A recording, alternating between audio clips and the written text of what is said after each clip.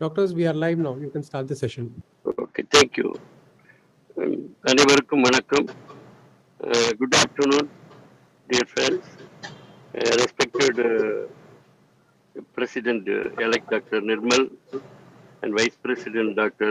Arul and Secretary Sriram Gopal and ARC Chairman Dr. Atik and our respected senior ophthalmologist, our country, Dr. M. Srinivasan, Dr. Namrata, Secretary AOS, Dr. Both Basak, and my dear moderator, Dr. Anita and Aditya, and faculty members, and dear delegates. A warm good afternoon to all of you. All of you know very well that from August 25th, we are all over India, we are celebrating the 37th National Eye Donation Awareness Program. On this occasion, we are organizing so many awareness activities throughout the country because you people are you are in that field, you know very well than us, because one of the important problems is the corneal blindness. The problem of non-availability of the corneal tissue is still there. So the awareness is still lacking in the population. And of course, even though it is increasing, we are not able to achieve the target tissue to meet the need of the community. So every year we are conducting this type of awareness activities. So throughout the country, they are conducting rallies, seminar, and other exhibitions and some of the awareness activities.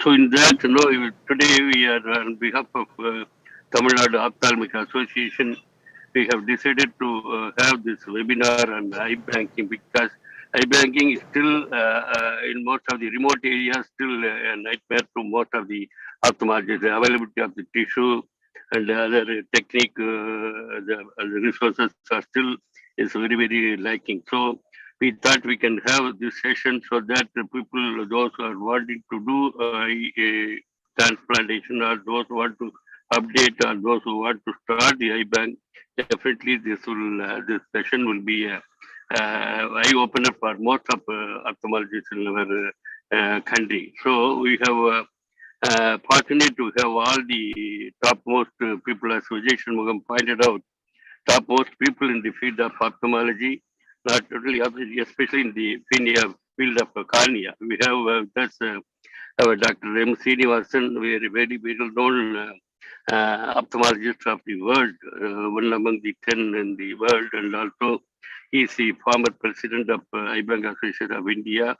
And we have Namrata, again, doesn't need any introduction. She is one of the pioneer in the field of corneal diseases and eye transplantation.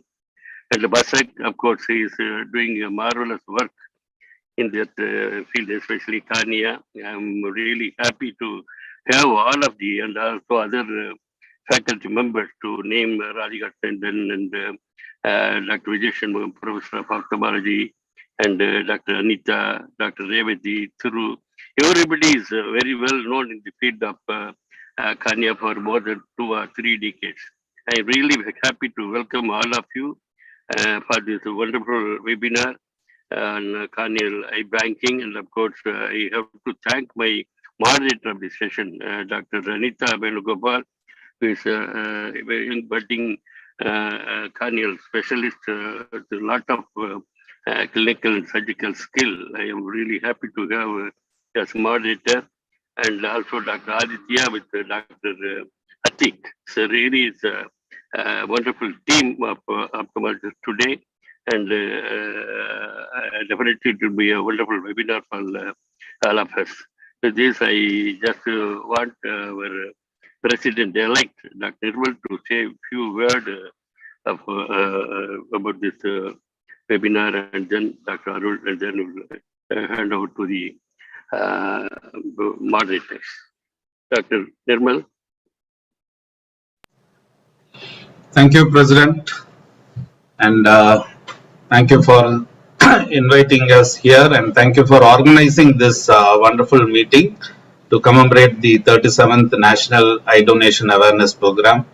As you said, we have the who's who in the field of cornea and eye banking, and it would be an honor and pleasure to welcome all of them to this TNOA webinar and also the TNOA team. So, as ever, I'm looking forward to hear from the experts on what are the facts and unraveling the facts related to eye banking. Thank you once again for joining TNOA, and we look forward to a very fruitful interaction and deliberation. Thank you.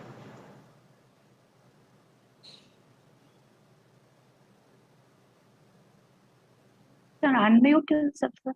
RK. Arul, Yes, Arul, yeah. thank you so much. Welcome.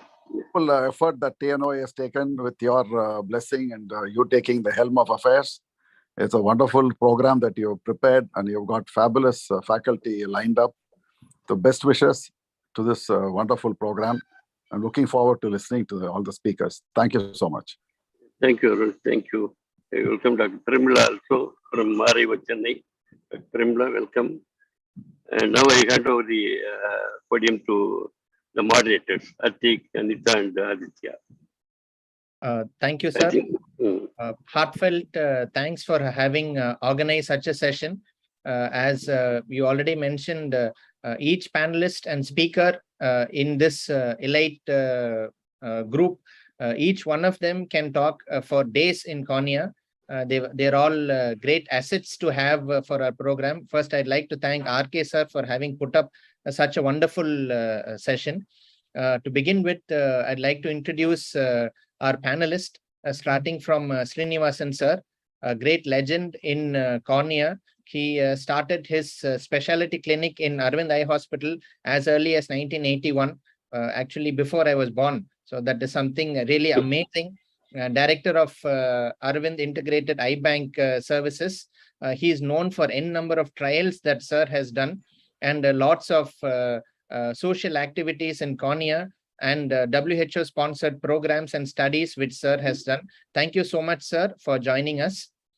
Next, I'd like to introduce Namrata madam, a very dynamic and excellent person to work with, Secretary AIOS. Ma'am is working as Professor of Ophthalmology at RP Center, AIMS. She has 2 patents for Natasol and for Natametrix. She's a research committee member in APAO. And it's stunning to note that ma'am has more than 526 publications in international peer-reviewed journals. What an amazing step that is. Welcome, ma'am. Thank you so much for being on board with us. Then I'd like to introduce Samar Basak sir, Vice President of AOS, eagerly looking forward for sir's tenure as President AOS. And sir is well known for his DSEC and DMEC surgeries, a pioneer, and easily he would have done the maximum number of surgeries in this part of the world. Thank you so much, sir. A pleasure to have you here. Then I'd like to introduce Tiruvengada Krishnan sir, fondly called as TVK sir. Sir is the Chief of Cornea and Refractive Services at Arvind Eye Hospital, Chennai.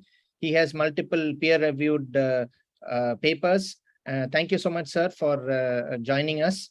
And Pramila madam, ma'am is the Professor of Ophthalmology, Cornea Services at the prestigious RAO GOH Chennai. She received the Best Doctors Award in 2015 from Thiruvarur Medical College and Hospital. Thank you so much, ma'am, for having accepted our invitation and being here. Then I'd like to introduce our moderators, Dr. Anita madam. She's HOD Cornea and Refractive Services at Arvind Eye Hospital, Tirunelveli. She's a recipient of the IGO Silver Award for review article on pediatric keratoconus. And Dr. Aditya, he's finished his cornea fellowship at Arvind Eye Hospital, Tirunelveli, at present working as medical officer in cornea and refractive services. Thank you so much to the esteemed panel. I hand over to Dr. Anita madam to move forward. Thank you, sir. Thank you for the wonderful introduction. Thank you, RK sir. And, on behalf of Tamil Nadu Ophthalmic Association and Arvind Eye Hospital, Tirunelveli, myself, Dr. Anita, and Dr. Aditya, my colleague, Bid a warm welcome to all the renewed speakers and esteemed panelists and the delegates who took their valuable time and joined us to be a part of this wonderful webinar.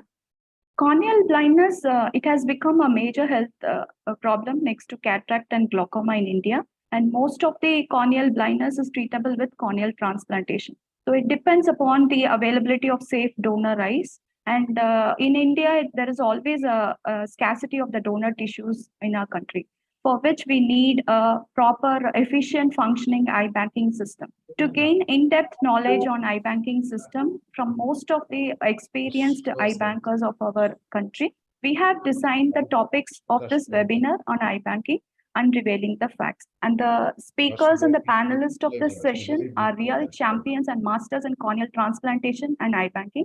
We are really proud to have all of you with us. Without delay, I would like to call upon our first speaker,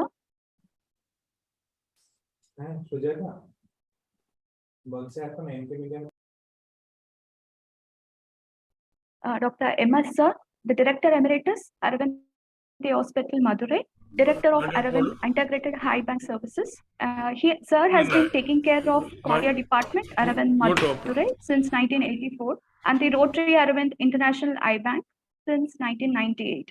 He has been nominated as the President of Eye Bank Association of India for 3 years, and I welcome you, sir, to speak on the topic, Eye Banking in South India, did we achieve our goal?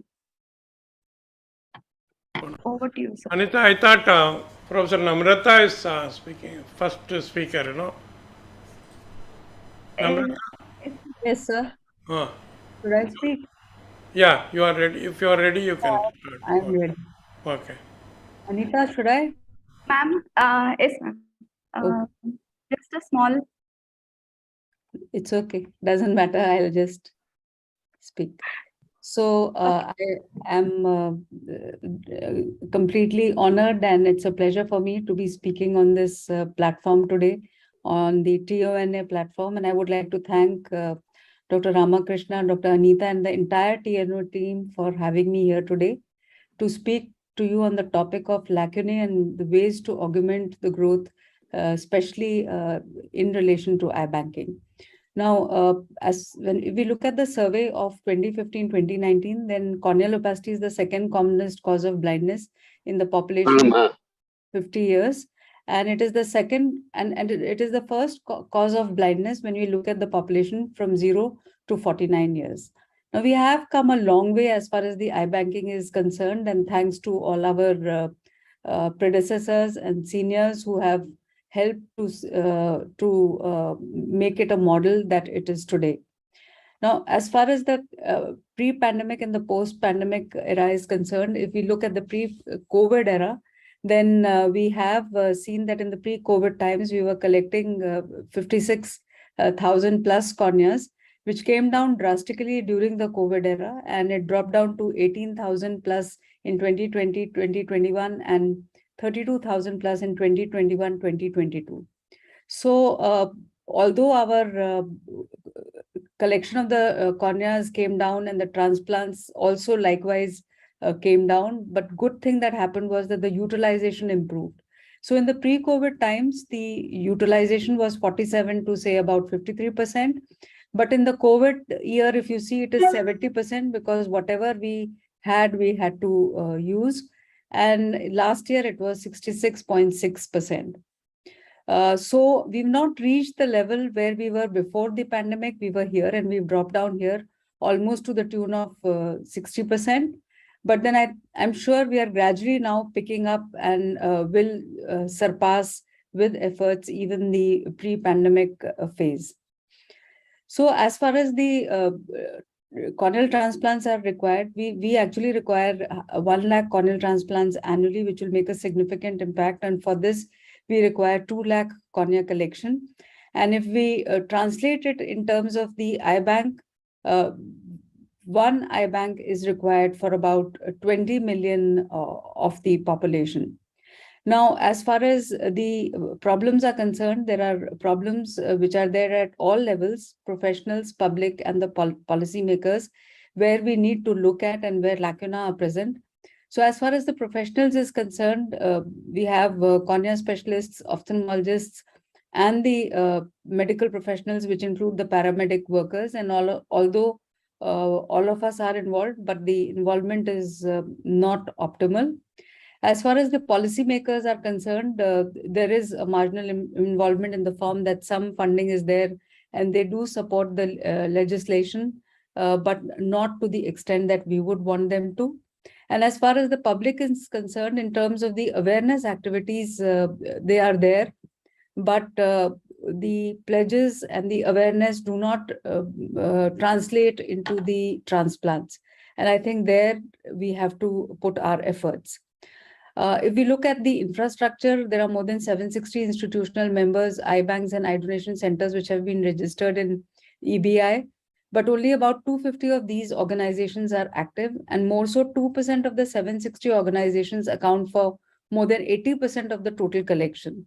So there are a lot of inactive eye banks and eye donation centers which need to be handheld so as to make them more active and more productive. Now, these are the top 10 eye banks in last year, 2021-2022, which collected the eyes. And again, notice that most of the work is being done by top 10 or top 20 eye banks. Now, as of in the present time, we have 2 training centers, 30 eye banks and 730 eye collection centers.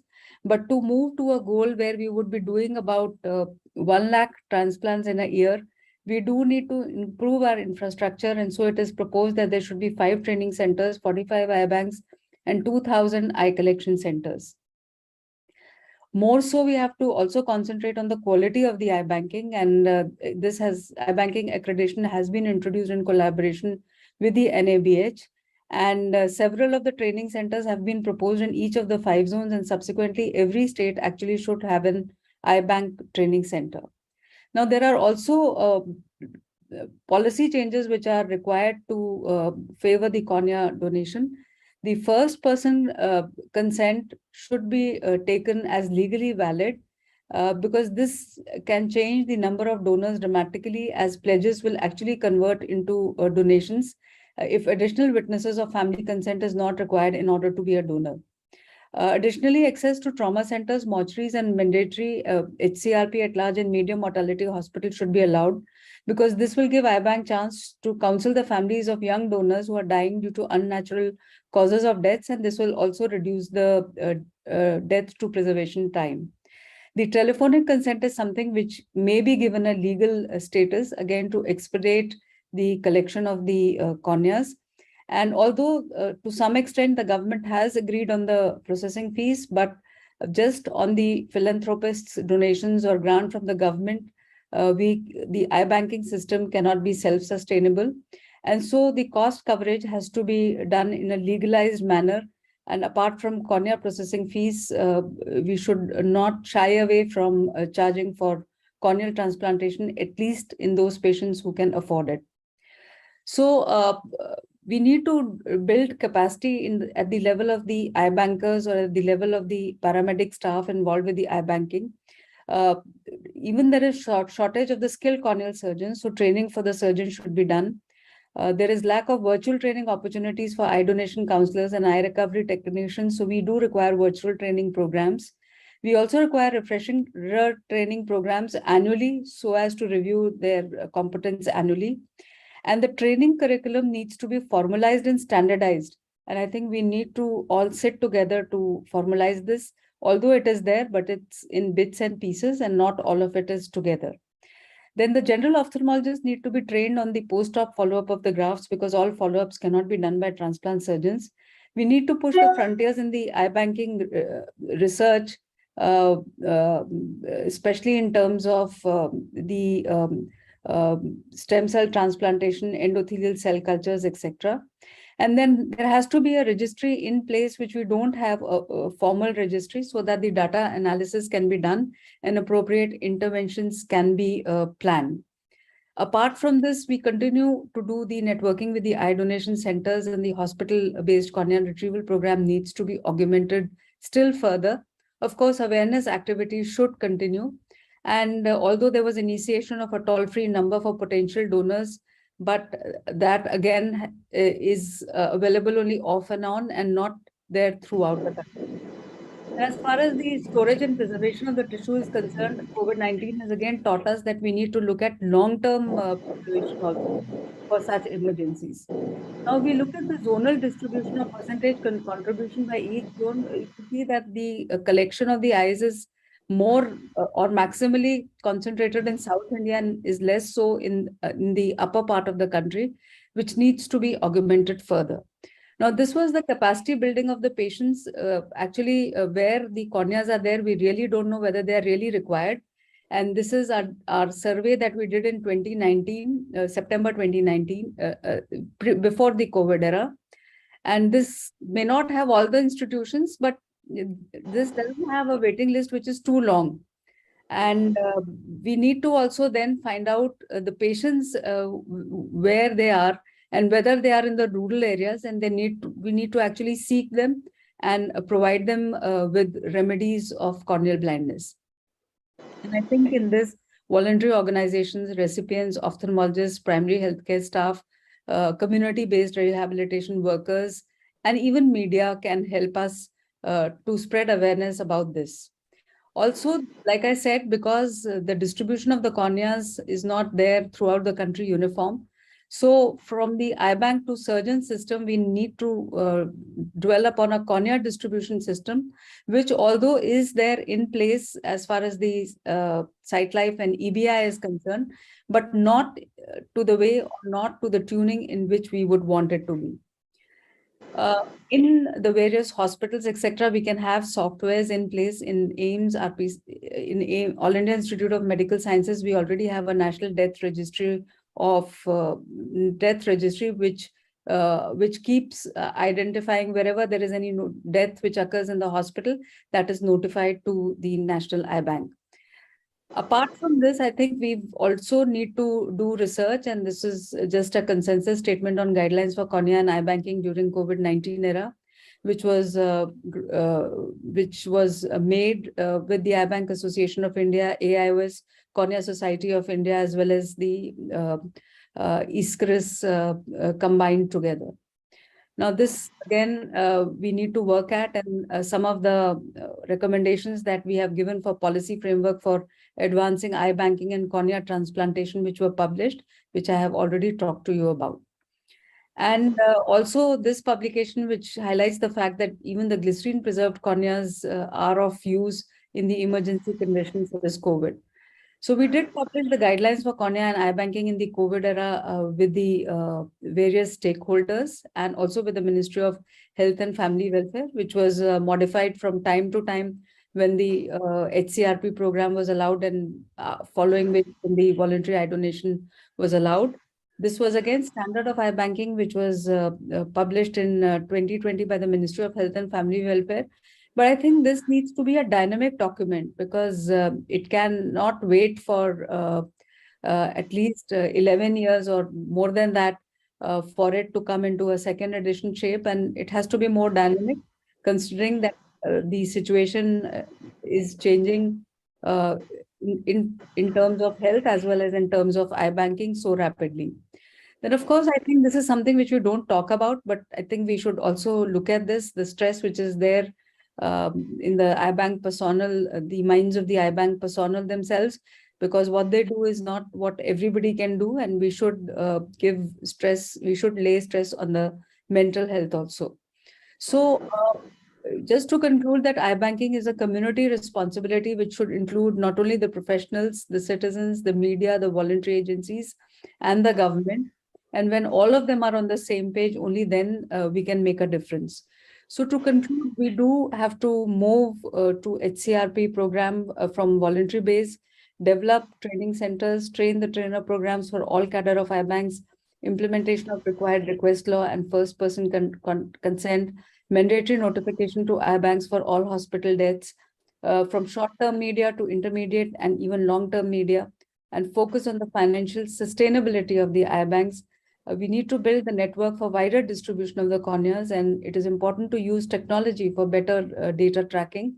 And of course, we need the surgeon training programs as well as the patient discovery programs and we need to bring them together. So eye banking in India needs a transformation, and this change is inevitable. Thank you very much for your kind attention.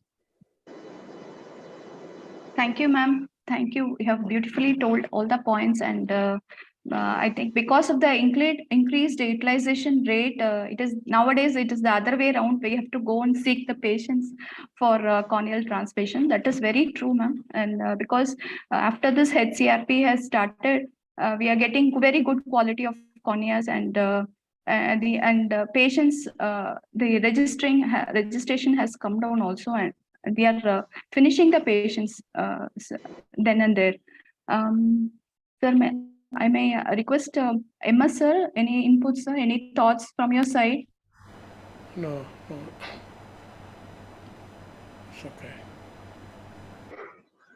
Rabila ma'am? Hello. Yeah. Can you hear me, ma'am? Yes, ma'am. One question to Namrata, ma'am. And what madam is talking about the glycerine preserved corneal storage for long-term preservation. And what is the madam's experience about that? Because that's a need of the hour. So, madam, Namrata, madam. I think we earlier were putting our corneas which we were not able to use in glycerol, and what happened was that even for us, we didn't have to use the glycerine preserved eyes because we were getting eyes otherwise. But I think during the pandemic, when all sources of eyes dried up and were drained completely, then many people have used glycerine preserved eyes. And so for lamellar grafts or for therapeutic grafts, you can use them. Although the flip side of this would be that they do not clear up, but at least they help to regain the tectonic stability of a globe, and at least the eye doesn't go into phthisis. You can always do an optical graft at a much later date for visual rehabilitation. And of course, handling of the tissue is a little bit of a problem because these eyes are very thick, and there may be a disparity between the graft and the host as you suture between the thickness. But they serve well in the sense that at least they help to save the eye or help to save the globe. And for visual rehabilitation, optical grafts can be done later. Okay, ma'am. Yeah, thank you. And this steroid added preservative medium, you just you mentioned in few articles previously. So what's your experience about that, ma'am? Is there anything is a steroid added preservative media will be helpful? I don't have experience with this, so I will not be able to tell you about that. What we have used, earlier we used to use MK media, now and then following which we started using Cornisol, in between even Optisol, and then lifeprosine, but steroid addition we've not used. Yes, ma'am. Thank you, ma'am. Thank you.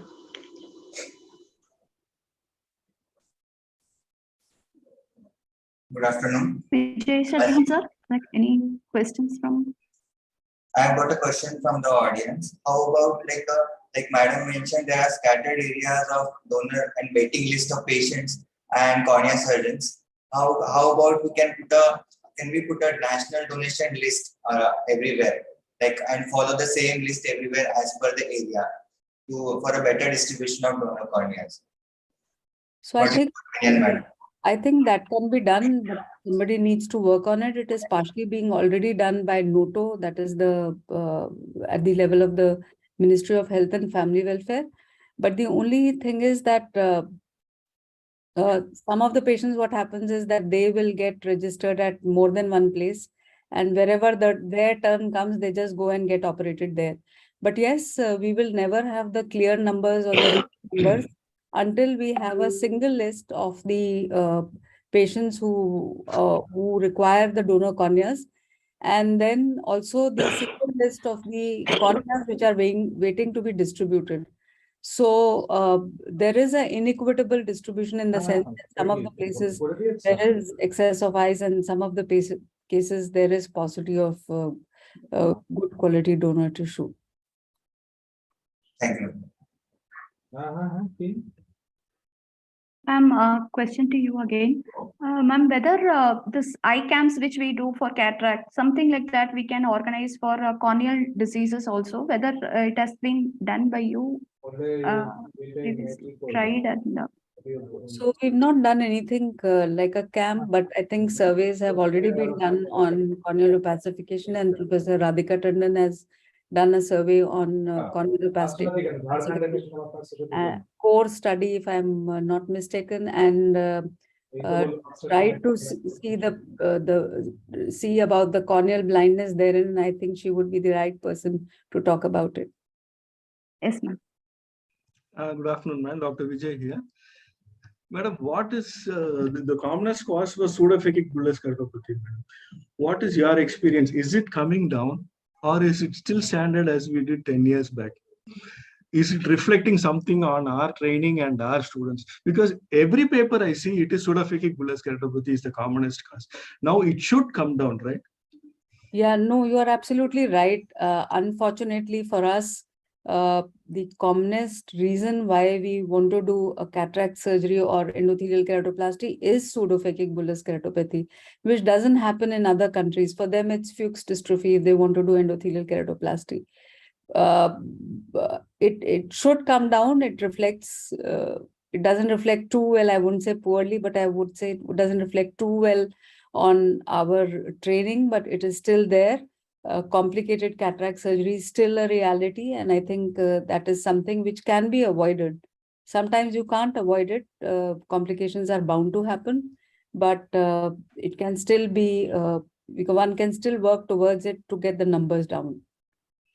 For our country, the commonest cause of corneal transplantation, even today, 60 to 70% is corneal ulcer, whether it is active, for which you require therapeutic graft, or it is healed, for which you require optical graft. Thank you.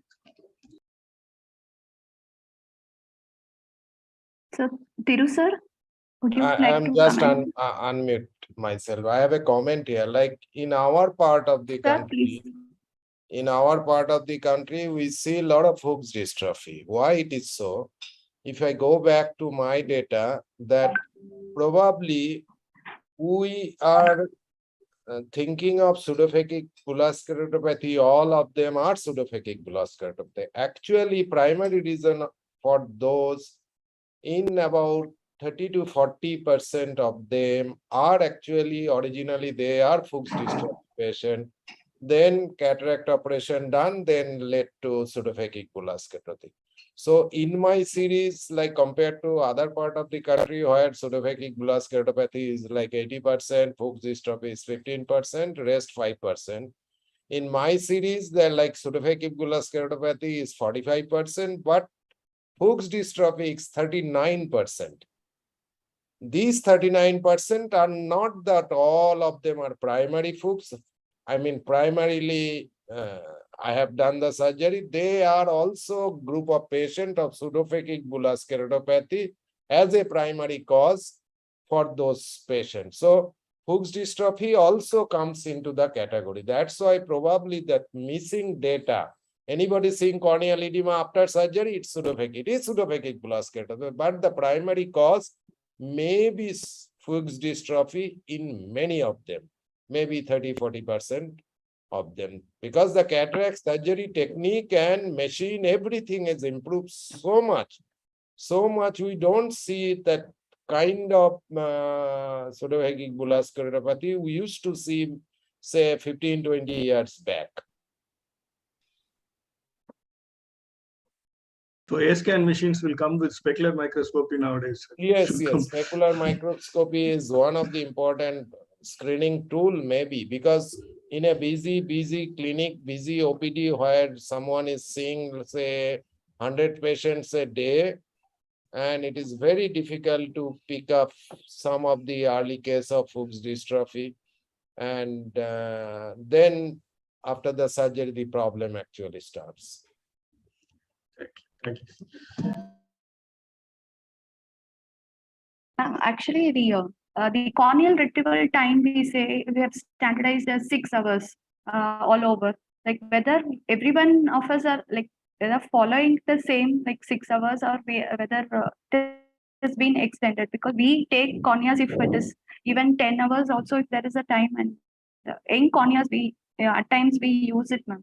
Whether it is being done all over, just wanted to know. So I think by and large, for the general public, it is within 6 hours that we give the message.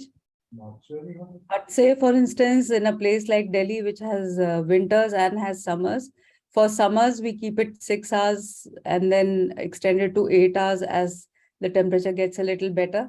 And in winters, we take up to 12 hours. So I think, for instance, in Chennai or in Madurai, where, that it's always going to be very hot, you may not be able to extend to that much. But I think by and large, within 12 hours, we should all try to take, depending upon what the temperature is. But I think more important than the temperature which is there in the environment, more important than that is, especially it's a hospital cornea retrieval program and the body has been frozen, then you take it from the time when, for the death preservation time, you take it from the time when it has been frozen, because the eye also would be at the same temperature at that time. Any other questions to Hello. Yeah, in Chennai and hello, ma'am. Yeah. So if we extend in Chennai and other here in this hot climatic area, if the 6 hour itself you are getting a poor graded cornea, ma'am. So this is not like in the winter and all. If we give us some more time, then it will get again. We all started getting somewhat less quality cornea only. Yeah. So we can still reduce the timing here in the South Indian center. Yeah, I see. Yeah, that's what I said. For a place which has a higher temperature, it may vary a little bit.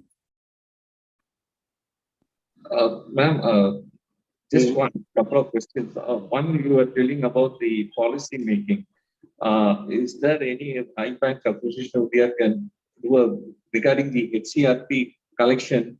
When we normally have a tie-up with the government hospital, there's a delay in giving the permission to collect to inoculate the eyes. Whether this process can be fastened up at your level of the EBI? I think at the level of the EBI, we can send an advisory saying that this should be hastened. The only thing is that eye banking is a state subject, and so every state, in fact, for that matter, every hospital, would have its own system of working. But I think that is what we need to tell the people who are in the management of the hospital, that when there is a donation which is happening, at least this should be hastened in those cases. And second thing you were saying about the 70% utilization during the COVID era. It's because of the HCRP collection, you feel that the utilization is good? So I think it is because of two reasons. One is because HCRP collection was only going on at that time, and voluntary eye donation was not going on. And I think also second, I think when you have less, then you want to utilize everything that you have. So this could be also because of that, because therapeutics were done more in that period. So whatever we had, we used. Unlike in the pre-COVID times when our utilization rate was to the tune of 50%. Thank you. Sir, Anita, you move to next time.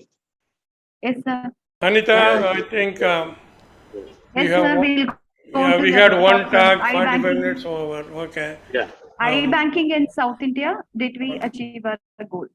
Over to you, sir. I thank all the executive members of TNOA, particularly the president recently assumed the office, and he was very particular about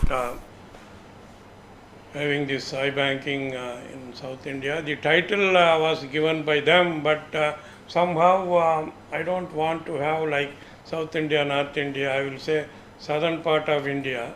Did we achieve the goal? Next slide. So, there are lot of mythology in ancient history in India, especially Hindu mythology. And eye donation was there, awareness was there, surgeon was there, everything was there, even 2000 years before. This was carving in a granite in a Shiva temple near my village. It is a small town. Even then, you had that Kannappa statue talking about eye donation in those days. Not only South India, this is in Bihar, where you have very dismal performance of eye donation all these years. But even 6600 BC, they had eye donations, and it was organ donation was there, it was grafted. So in mythology, there is a lot of things spoken about eye donation, organ donation, transplantation, but still we are high demand. Eye Bank in India first started in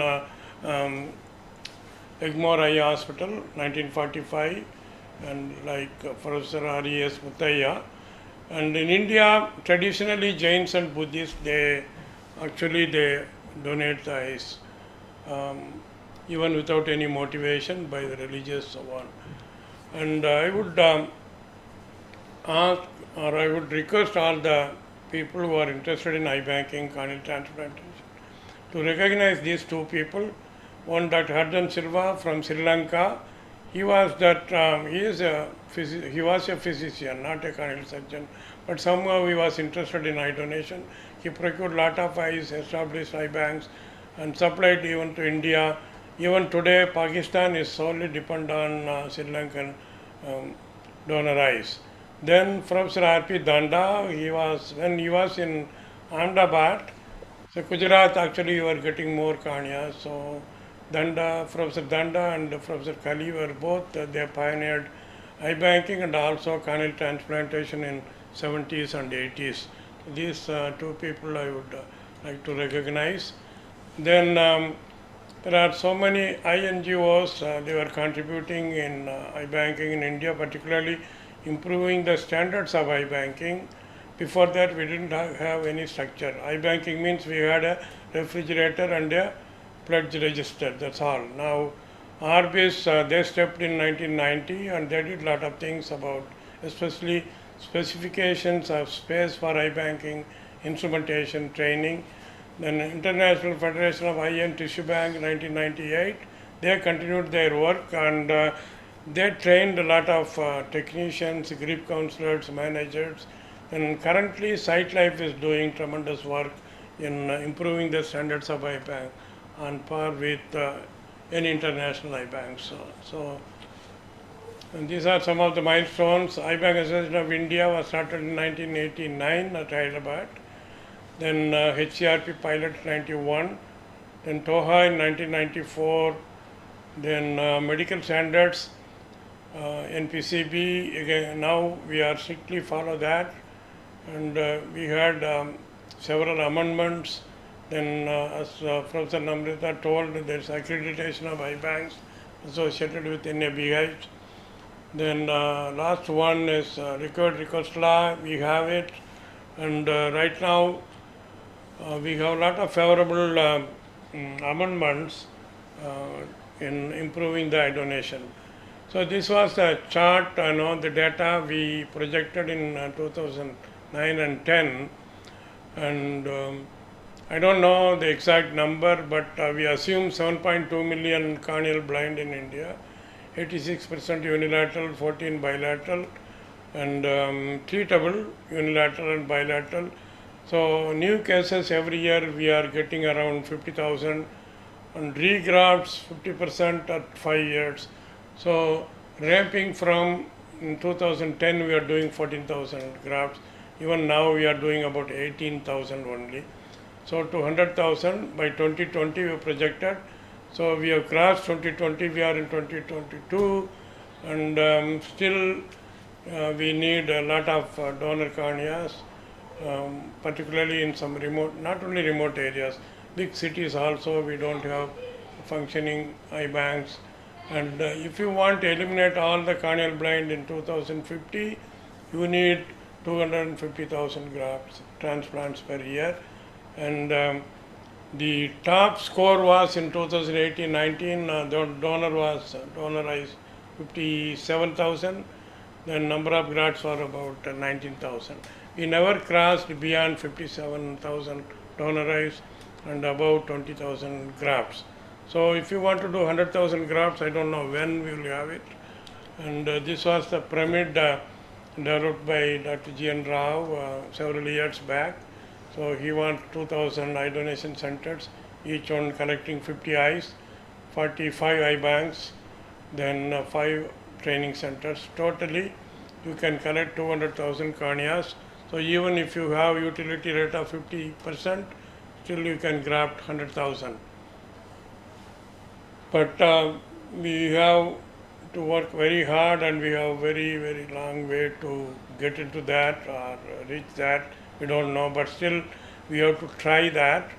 And these are the diseases reported, proven, transmission by corneal transplantation. And recently with lamellar surgeries, dissect, demuc, we see, I won't say more, we see fungal interspace infection very commonly.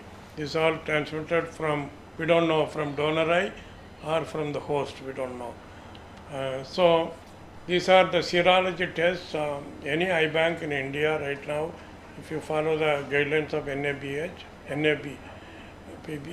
then these tests you have to run it either with your lab or you can hire a lab. Then unless you do this, you can't pass the tissue. And right now, a lot of dissect and demuc people are doing, at least 20-25% of the grafts in India, they are doing this, DAL. So surgeons, corneal surgeons, they demand high quality cornea, very young cornea. Young people, usually they don't die unless they die in an accident. So the community eye donation program, you can have more number of tissue, but utility will be low, less than 40%. And so if you want to do lamellar surgeries, you really need very young donors, and CD about around 3,000. So for that, the only way to get excellent donors are from HCRP. So these are the things. Now you want to register an eye bank or renew your eye bank from Ministry of Health, you have to have all the tests. You should run the serology, you should have the facility, you should have specular microscope and cornea, eye bank specular, even clinical specular. So all these things you should have it. This was data from our eye banks. So before COVID, we were close to 6,000, and in that HCRP was about 1,500. And 2021 it was less. Now we are picking up. Our HCRP, we have reached almost pre-COVID time. So unless you do HCRP, whatever number of donor eyes you get from community, you can't meet the demand from the host. So this again Professor Namrata presented. So South Zone, even pre-COVID, we had about 31,000. So South Zone, they do well, and North Zone, West Zone, they used to have about 8,000, but Maharashtra and Gujarat, maybe because of this COVID, very strict maybe regulations from government, health department, somewhere it was low. So total eyes was 32,000, and still you see a lot of PKPs. And unfortunately, the therapeutic cataplasty is not going down, almost on par with optical graft. So whether you have young cornea or cornea due to geriatric problems, still we need corneas for TPK. It could be glycerin preserved also. Somehow we need still. And whether we bring down bullous catavati or not, we are not able to bring down the corneal ulcers. It is there everywhere, and I don't know when it will come down, and so still we need inequality of cornea. This we have a lot of favorable laws from Government of India. Fortunately, now we can have trained technicians, staff nurses, ophthalmic assistants to retrieve the cornea, but the death should be certified by a physician. And the last one, the pledging, many of the eye bank personnel, sometimes medical people, non-medical people, they think they have done a heroic achievement having 100,000 pledges online or on paper. But in my experience, not even 1% of pledges really met in eye donation, actual donation. Pledge is just, most of the movie actors, they pledge 60th birthday or 70th birthday, you collect it and you throw it, you are not going to use it. So pledge is historical, I think so. Still, you can have to raise the awareness, but the pledging is not going to yield anything. Then celebrity, initially we had ambassador, Hema Malini, Amitabh Bachchan, Aishwarya Rai, and you had all those people have had pictures and all the audio visuals, all those things. But what is the impact you have it? So many years they are there. So then eye donation fortnight, this is 37th, every year we conduct it, we celebrate. I see only the same people talking about eye donations, and mainly these are the people who are really interested in treating corneal blindness, corneal surgeons, eye bank personnel. These are the same people. So unfortunately, yesterday I was talking to my fellows, 10 fellows, all from UP, Bihar, Maharashtra, Madhya Pradesh, Rajasthan. And I asked them, when you start, what are the dates you have eye donation fortnight? Nobody was aware. What is Eye Bank Association of India? They don't know about that. Then what is the year of eye donation fortnight we are celebrating? That also they don't know. So they don't know the president, secretary of EBA, what is NABP. So these are all the corneal surgeons. They are going to become. So because they get the cornea through any eye bank, suppose surplus eye banks, we are distributing the tissue, so they get it, so they don't mind what is Eye Bank Association of India, all those. This somehow we have to do something, at least young corneal surgeons, they should know about eye banking. Then individual, if you want cornea like Samar Basak, in East Zone, it was poor, but when he was doing lot of corneal grafts, dissect, demarc, all those things, he really needs young cornea.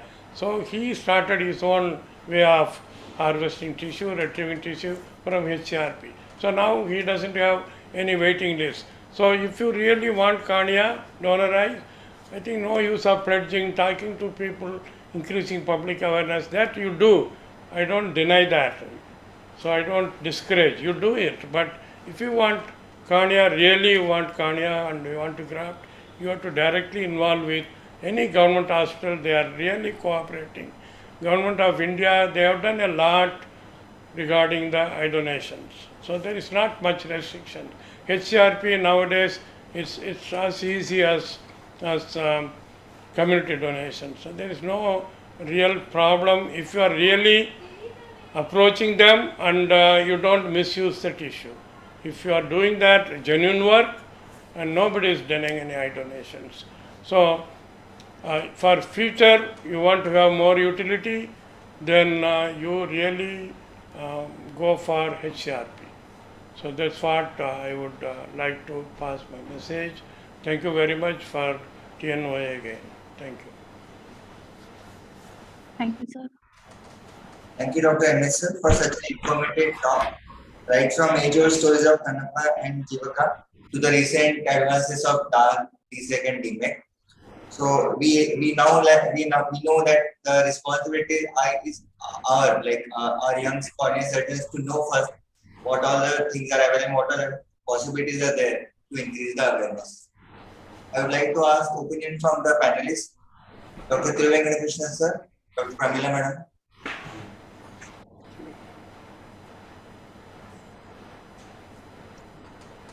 Can you repeat the question? I'm currently able to hear you. Sorry, sir. I was just asking for the comment from the talk, sir. Okay. So, see, the as MS has said, that the HCRP is the way forward. We have to look out for the utilization of the corneal tissue, and we have a good rapport with the government of state government, helping us to do a lot of HCRP program. Like in Chennai, we are having a tie-up with the Vellore Eye Hospital, which we are doing. Like recently, we started 2 months back.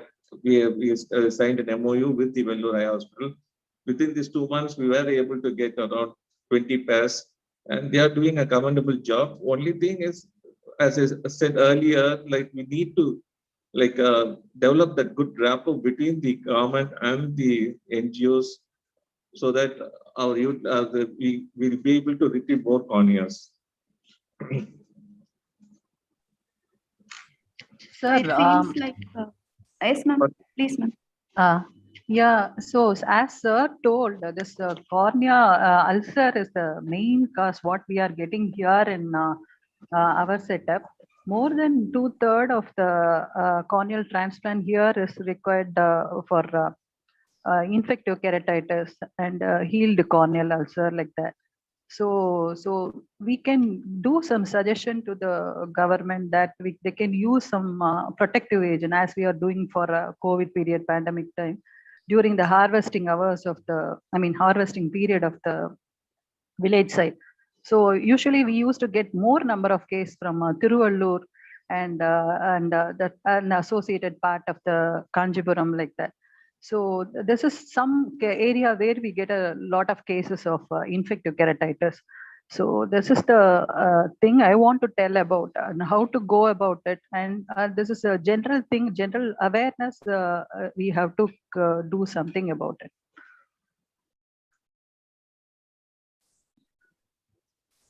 Yes, ma'am. It is like, it seems like HCRP it has overruled the CCRP program nowadays, and whether it is necessary to pass, government has, in spite of that, government has done so many things for eye donation. Whether legislation thing has to be passed, whether nearby hospital with the eye bank should have a MOU with the government hospital. That should legislation thing can it work out? It is like we have to go and get the permission from the government hospital, go and meet everything. It becomes a tedious process now and then to get an MOU from the nearby hospitals. Would it work? What is your thoughts, ma'am? Namrata, ma'am?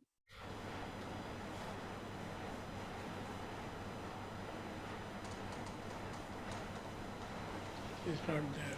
Anita? Sir, No, I think your thoughts, sir? you're Yes, ma'am. talking about whether HCRP Yeah. can be augmented further or not, and if the government gets directly involved in it, whether it is going to work or not. Yes, ma'am. So I think that is why I said that, of course, government has done a lot, but like I said, it is a state subject and every state government thinks differently.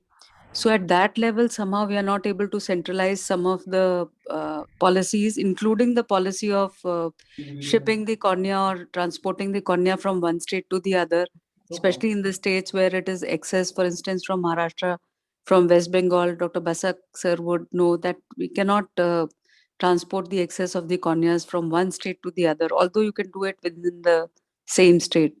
So I think that is the major drawback with iBanking, that it continues to be governed by the various states, and so each of the states, they see it differently.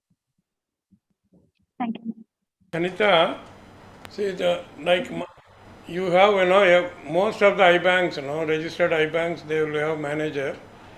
And Madurai, see, nowadays every 60-70 kilometers we have a medical college, okay?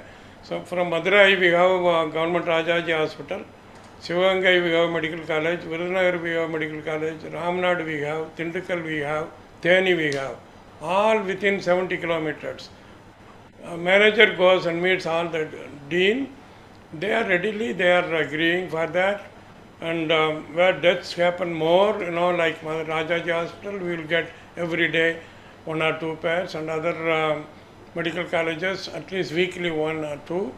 And we don't see any problem. See, government already has given like Andhra Pradesh, they have that Arogyasri, Tamil Nadu, they have CM projects, then Pradhan Mantri projects. So there is no problem in payment for the even poor patient. If they have the card and they get operated. And we don't face any problem with the government.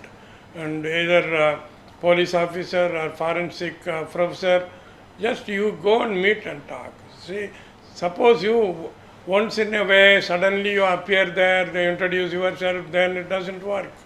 You go almost every week. Everything is very close.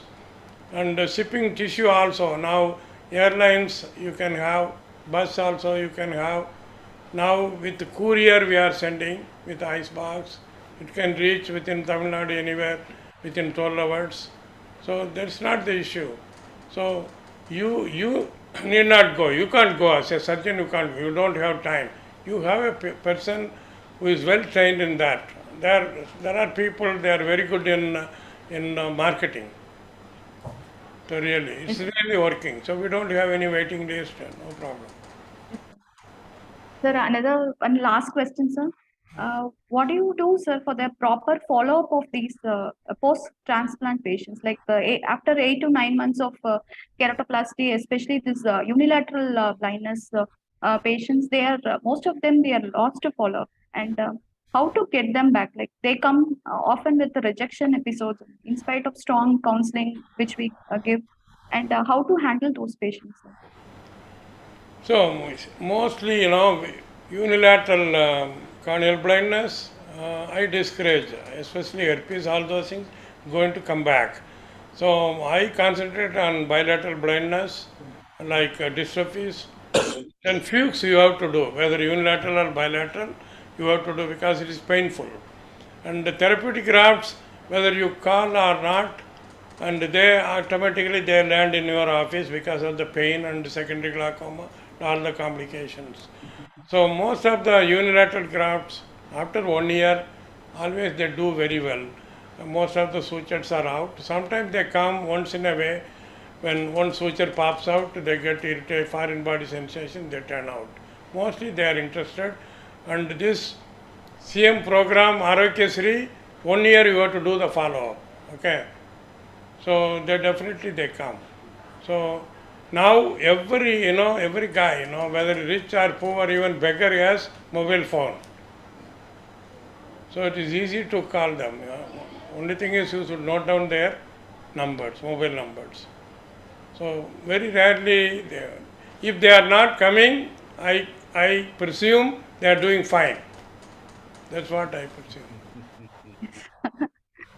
And it's open to all the panelists. Any app or something you're following for the follow-up of the patients, keratoplasty patients?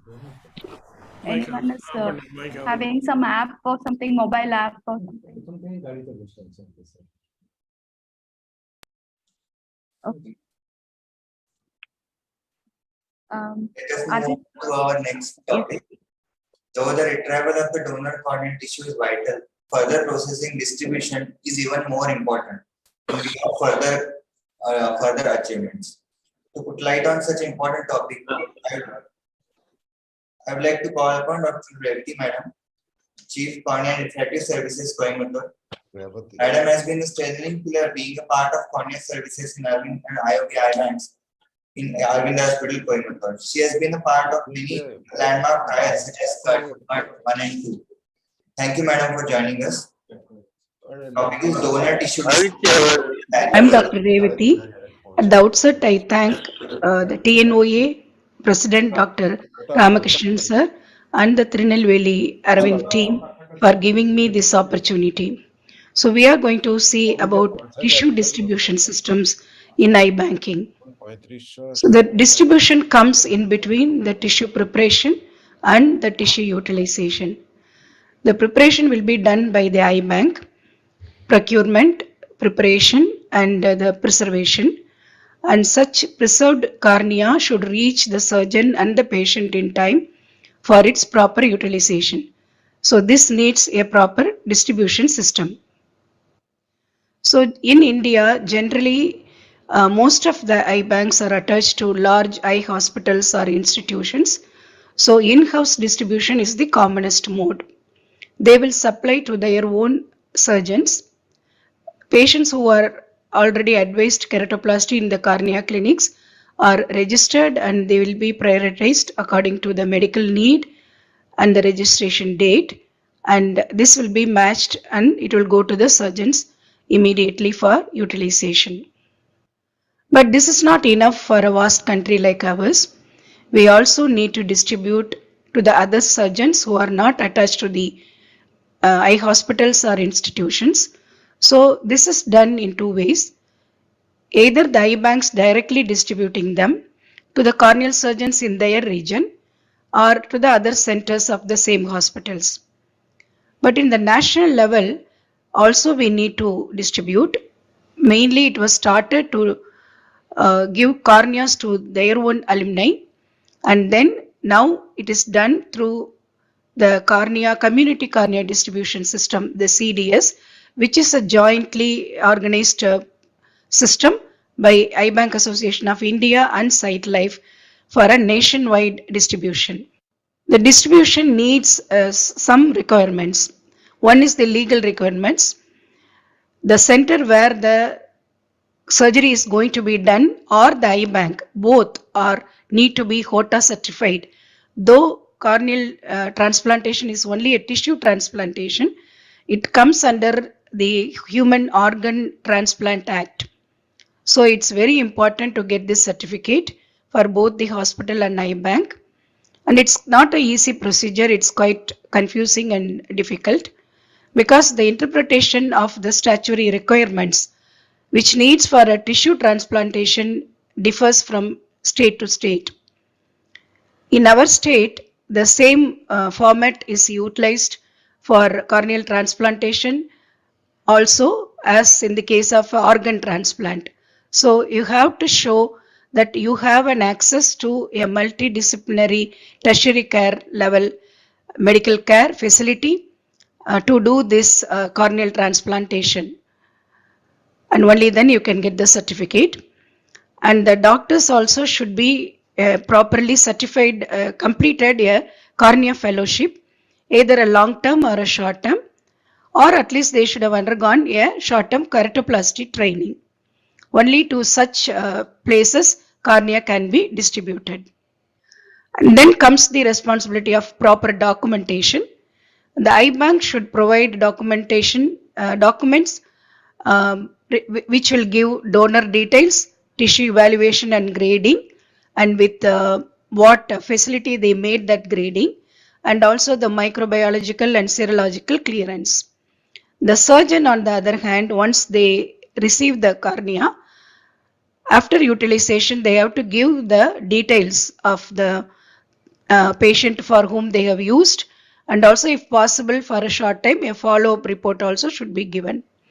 Most importantly, the adverse events also should be informed to the eye bank regarding the package integrity, the donor tissue quality. If they found it not up to the mark, they have to inform in a proper format. Intraoperative events which can lead on to tissue wastage. Post-operatively, if there is a primary failure, which again probably due to poor donor tissue or any infection in the immediate period, has to be informed to the eye bank so that they can revise their quality protocols. And most importantly, the pair cornea has to be traced, and that other surgeon who received the pair cornea also should be warned about the problem. So these are the set of forms usually which will get involved in distribution. On your left, the eye bank should provide these forms, the tissue evaluation form and the specular picture if it is available. On the right, it is the utilization form from the surgeon and also the adverse event form. If it is needed, it has to be filled up. So the distribution procedure also needs maintenance of cold chain. So this is the video shows how it is being properly packed and distributed. So it is put in a holder where it is more immobilized and properly sealed to avoid any contamination. Then it will be kept in a thermocol box or a flask where the temperature can be controlled. After placing the ice on the cooling agents all around, it is closed and properly sealed again, and the needed documents will be kept along with the package, and then it will be sent to the surgeon whoever needs it. A short distance can be covered by the messengers who can carry it directly, or the long distances has to be one of the transport mechanism has to be followed. Some of the challenges are, especially in long transportation, the cold chain has to be maintained and contamination has to be avoided, and it should reach in time. And any problem like holidays, weather or traffic can also affect timely delivery. And in case of long distance where a flight has to be, flight transportation has to be utilized, the cost also come into play. So let us see some of the Eye Bank Association of India statistics. You can see most of the cornea is being collected by a handful of states. So there are states where the eye banking is very poor, and the surgeons in those localities also should get corneas to cater their patients. And this is the need, this needs a national level distribution where excess optical tissue is collected and sent to the surgeons who really need it, so that we can avoid tissue wastage as well as surgeon demotivation. So this is done by the CDS system, which is a joint venture of EBAA as well as SightLife and NGO. So it ensures that excess cornea with quality certified eye banks can be utilized even outside the home state, and it can reach even the remote corners of the country. How it works? Eye banks which has surplus tissue will be registered with the CDS system, and also the corneal surgeons who cannot have access to a nearby eye bank also will be registered. So once the tissue is available, it will be matched with the surgeon's need, and the surgeon as well as the eye bank will be informed, and the transportation will be done. And CDS also make sure that proper reimbursements, because this involves cost, the eye bank has to be paid, and also the proper documentation, informations, everything is being done properly. So the participating eye banks so far are about 6 eye banks, and you can see they are from different states, and the participating surgeons so far are around 300 and plus, and CDS make sure that they are properly trained. They do it in a certified surgery center, and also they adhere to all the needed policies. Another venture of CDS is providing pre-cut tissue for endothelial keratoplasty. But so far this is still it has lot of obstacles. The main obstacle is only few eye banks can do it, because the microkeratome, which is an expensive apparatus, and it often gets breakdown also, and the tissue will be expensive because of this. And also Eye Bank Association of America noticed that increased incidence of infection occurs after endothelial keratoplasty compared to penetrating keratoplasty, and one of the reasons they suspect is more tissue handling in the eye bank. In our setup, I feel the surgeons preparing the tissue by themselves by doing manual desec or DMEC is the best option to avoid this problem. So in conclusion, tissue distribution is imperative in our country because of its vast area where eye banking is not uniform. To utilize the properly trained surgeons and also the available good tissue to the maximum, this system is important. But it should be systematic and legally viable and also cost effective. Thank you.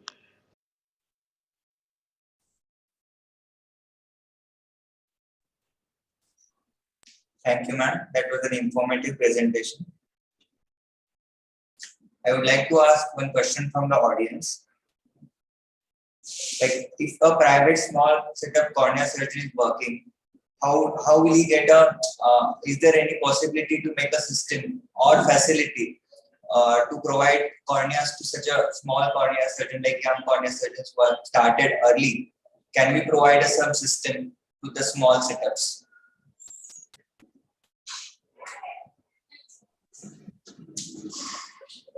See, they are asking about the surgery, like if they probably they're asking about the quota certificate.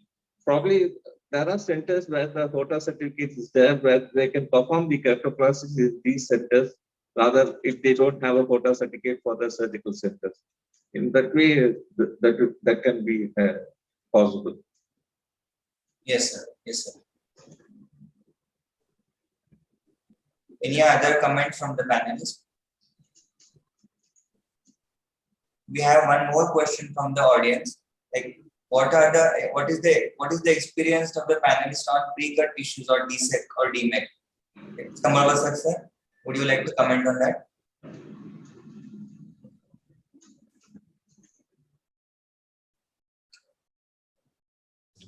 Wait a minute.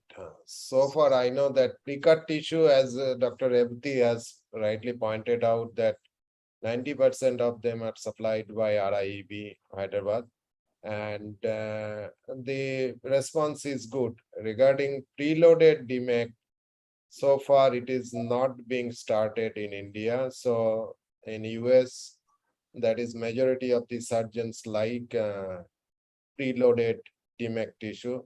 And recently I have an experience in Vietnam to use preloaded tissue. DMEC tissue came from US eye banks. So the task is challenging actually. If you think that preloaded DMEC is very difficult because you need to handle microscope and technicians are not conversant with the microscope handling. Unlike the pre-cut DSEC, DSAEK, Moria microkeratome or other microkeratome, they can handle it without the help of microscope. So that's why pre-cut tissue for DSEC is going very good across the country. But preloaded is actually you need to go a little more. And the volume is so less now in India, as pointed out by previous speaker, that DMEC last year, I mean 2021-22, maybe around 1,300 in India. And mostly these are in institution based.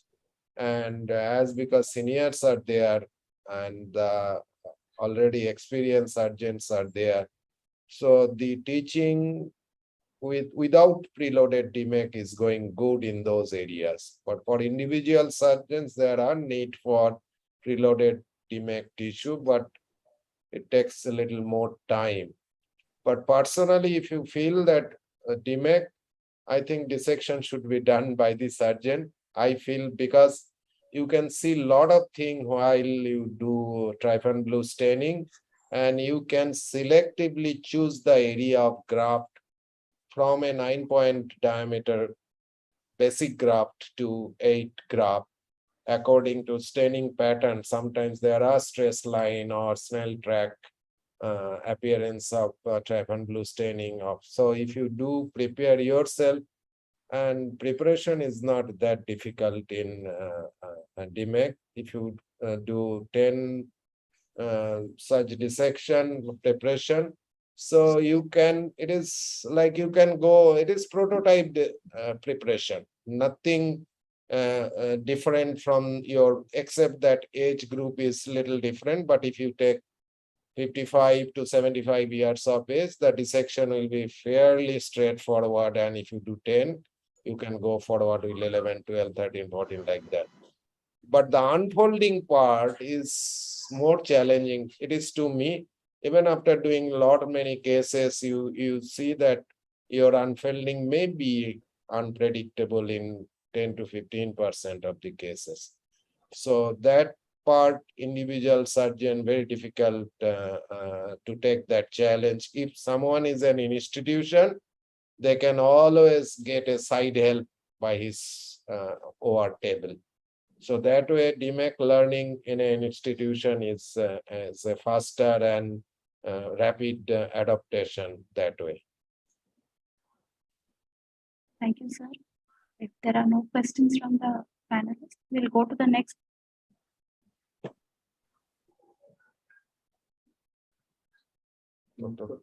Dr. Pode.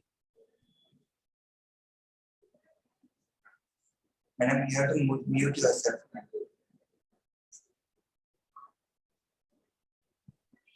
Next talk by Dr. Vijay Shanmugam, Professor of Ophthalmology, Director of Eye Bank at Coimbatore Rajaji Hospital, Madurai, to speak on HCRP versus CCRP. Which is better? Do we really need to sustain CCRP? Sir has done a successful research on flipped classroom teaching model for undergraduates in ophthalmology, and he is the recipient of Best Medical Faculty in 2011 from Tanjavur District Collector, and in 2015 from Thoothukudi District Collector, and has received President's Award for Meritorious Service in Teaching by Tamil Nadu Ophthalmic Society in the year 2020. Sir, over to you. Thank you. Did you introduce me? It seems like somebody else. Sir. Okay. 1 minute.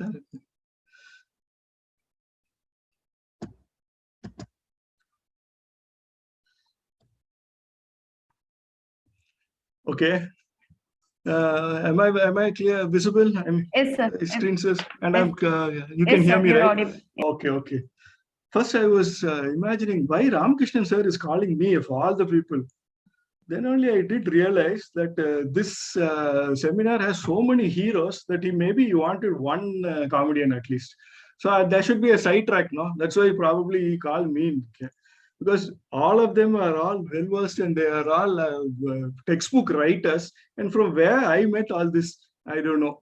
Anyway, let us start. First, let me start with thanking TNOA and Ramakrishnan sir, especially my mentor, for calling me to speak on this topic. Just look at this child's eye. This came around 2 weeks back to our hospital. The eyes say a lot, no? Look at that eyes. Actually, when I opened and saw the eyes, it was like this. So it was treated outside for corneal, the glaucoma, and then they came for transplantation over here. So what is this? It's giving is not only about making a donation, it's about making a difference. But who's going to make the difference? Don't ever worry, man. See, there are people like these fellows. I don't know why. Every road, every highway, you can find people like this who come and land up in my hospital there. They're willing to donate. Only thing is, how are we going to procure them? So from the prestigious Institute of Government Rajaji Hospital, Madurai Medical College, Ramakrishnan sir had asked me to talk about HCRP versus CCRP. And they don't call it CCRP. I don't know. Most of the journals say is that it's only voluntary eye donation instead of community corneal retraction program. That's which is better. Do you really need to sustain? What are the objectives? The audience should at least be able to understand a little bit about HCRP and CCRP, where all the mentors and other people have already talked about. What are the advantages and the future trend, if you can. What is this? It started 30 years back. Hospital corneal retrieval programs.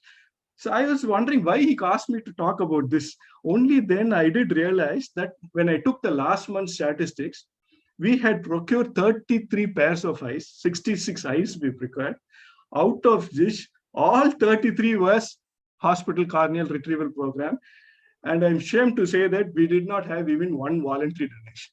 And we are very satisfied with the number we got. And we had used all 66 eyes and 10% for research. And you all know it is started by Eye Bank Association of Standard, a wonderful organization with a wonderful program. But here, let me put one thing. In our hospital, what do you do is, we separate it as MLC and non-MLC cases, medico-legal cases, non-medico legal cases. Medico-legal cases, and you know, he's well settled there in the mortuary. All the death reports are already with us. It comes directly to us. And there are eye donation counselors. Thanks to Aravind Eye Hospital was provided a very wonderful eye donation counselor who can talk through even blind end of tunnels. Even people who do not eyes are willing to donate when she starts talking. So should analysis, the best thing is she has to identify the possible, she knows the donor. We just put a torchlight and see whether it's fit for eye donation. And then she can talk her way through. She can identify who is the person who can give the consent. She can identify the most dominant person over there, go talk to them, give them some time, ask them to go discuss among their members, and then they finally come with eye donation. And then they give a small call to our department, and the PG is 24 hours on call who goes and retrieves this is our mortuary, and one of our PGs are retrieving. And the corneas we use and the corneas we distribute as per guidelines. What are the advantages? It's very easily accessible. It is only around 20 meters away from the department. All records are available. And cost effectiveness, because we have that small dabba with a small box with us, we put it in the box, we can bring out and then do proper procedure within our department itself. And here there is a very proportion of younger donors, whereas the other thing, we have to go and search for very young donors, where we get large number of higher donors and a very high endothelial count when we put it and you see in the eye bank. And certain studies have even gone to say that the tissue utilization rate is significantly higher in the SCRP than the voluntary eye donation stuff. In non-MLC cases, usually the ward, we have the list of ward deaths. The ward deaths would be first given to the senior nurses. The senior nurses will go to the matron office. From matron office, it will come to the department. From the department, there are counselors who can counsel and procure their eyes if they are willing. Most of them is coming through the MLC cases. MLC cases, everybody thinks that thanks to MS sir, who's only person who said positively about the government hospital, yes, it is not a difficult procedure. Please mind you want to get a small birth certificate, it takes time. You want to get some small certificate, it takes time. When you want to remove somebody's eyes, it does take certain procedure.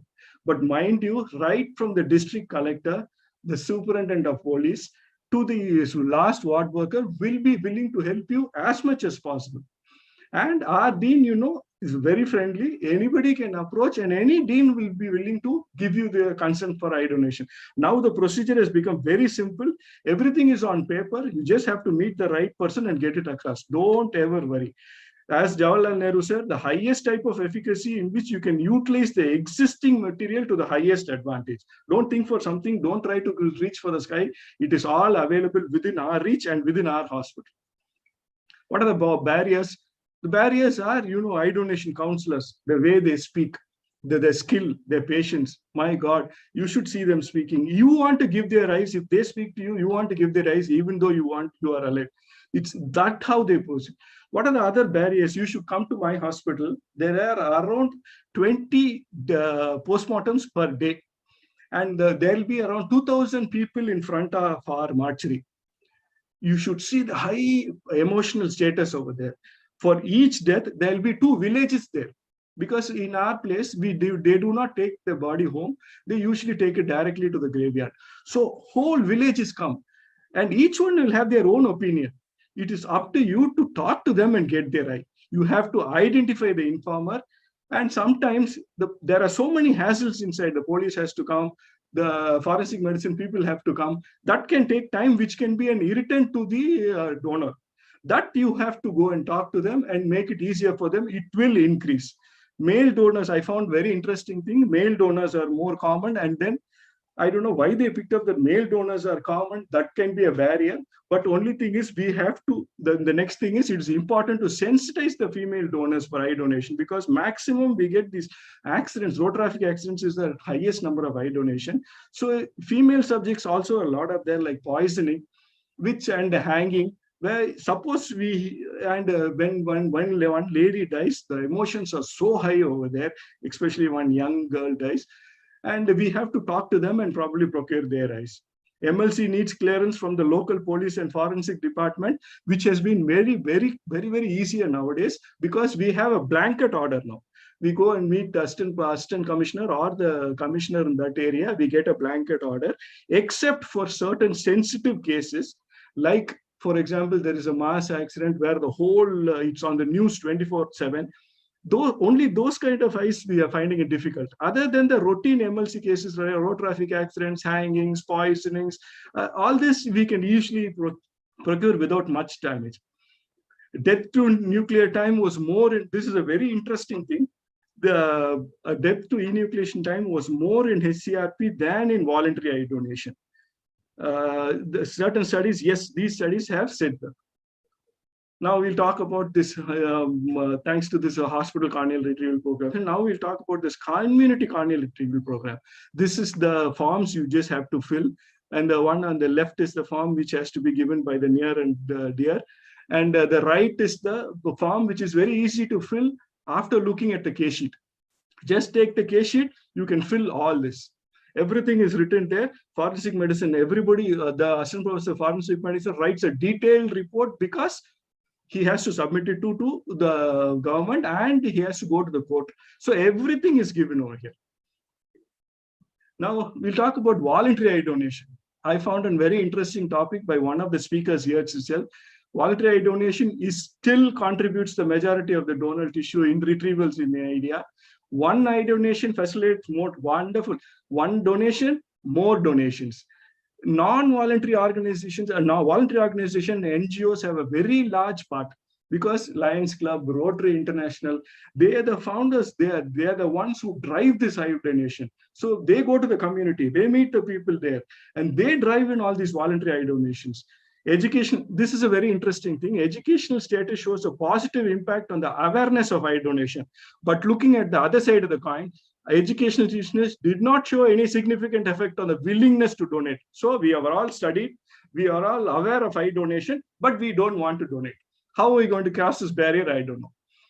The cons against this, the mean age of donors are elderly in voluntary eye donation than in hospital corneal retention, and unavailability of death certificate and medical records. Yes, when we went for voluntary eye donations, we found this to be a large barrier there, because they would be dead. An elderly 80-year-old male would be dead over there, and they'll be so enthusiastic to give their eyes.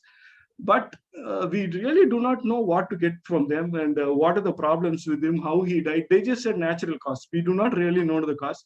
Environmental factors for eye donation. The fan should be on, the whole people will be crying all around him. There'll be flowers on his face. Everything will be on. Everything which is against eye donation will be there. This all requires maybe prior knowledge. Maybe the Rotary Club can educate them. Then certain communities have a staunch belief against eye donation. I don't know, most of the journals in India say that certain communities don't give, but even in Middle East, I found that a lot of journals were for eye donation. So probably that community does drive, but we do not know. And the logistics, transport, that is a major factor here, because trying to find the driver, going there, it should be in some interior village. I have gone even to the graveyard to pick up an eye. So we had to go through all the slush to reach and bring them. So these are the problems. Maybe that is why he gave whether, which is better, hospital retrieval or voluntary eye donations. But do we really need to have a CCRP? Yes, it's purely voluntary. It starts from the other side and it starts from the donor. They are the ones who initiate. So our responsibility becomes more. Next, hospital. There are no hospitals all around every place. So what is the primary health center going to do? Unless there are voluntary donors there, they can inform him and bring. So how many tertiary hospitals are covering all those places? So any fool can know, but only the point to understand about CCRP, as Albert Einstein said. Moreover, just from the donor's point of view, see, it's just our community responsibility, his participation, his responsibility, and one donor is 1,000 donors. Like that, he spreads the awareness. One of our superheroes used to say, why say one time, it says 100 times. So you give one donation, there are 100 donations. And from the retriever's point of view, the experience, And nowadays, in our medical education itself, it's more of a competency-based medical education. So you have to take your postgraduates to the pace of voluntary eye donations. When they say the people receiving you, when they see the people thinking you as a god or somebody very high, you feel pride. One of my undergraduates who wanted to become a cardiologist, when he went for one eye donation, he swore that he's going to be an eye doctor. He is not going to become, but even then, at least for me, he said. So you just for the trust of people, you see so many people will be much number of times when you walk across the crowd, they will split to leave you inside. That you won't get in hospital-based corneal donation. Nobody will be there. Only few deep people will be there, and we'll be removing the eyes. I think it is possible for ordinary people to choose to become the extraordinary. Yes, this summarizes voluntary eye donation. Now take home. Yes, HCRP will be a tool to bridge the gap between the demand and the need of corneal donations. There are pros and cons of both, but CCRP cannot be fully dealt with. It has to be there. It will be there. Even though HPRP will start replacing CCRP, it will be still there. I think the take-home message is anything better. It is more probably better. So now, the corneal donation is so big. How am I going to do this? Just how do you eat the whole blue whale? You can't eat it in one bite. Just take one bite at a time, my friends. Just one bite. You will reach there. Both are useful. You cannot do away with voluntary donations. Voluntary donations will be there to stay. Thank you for your time. Thank you for everything. Thank you, sir. Ramakrishnan sir, thank you. And thanks for TNOA. Wonderful, wonderful, Vijay sir. Very nice, very nice. Sir.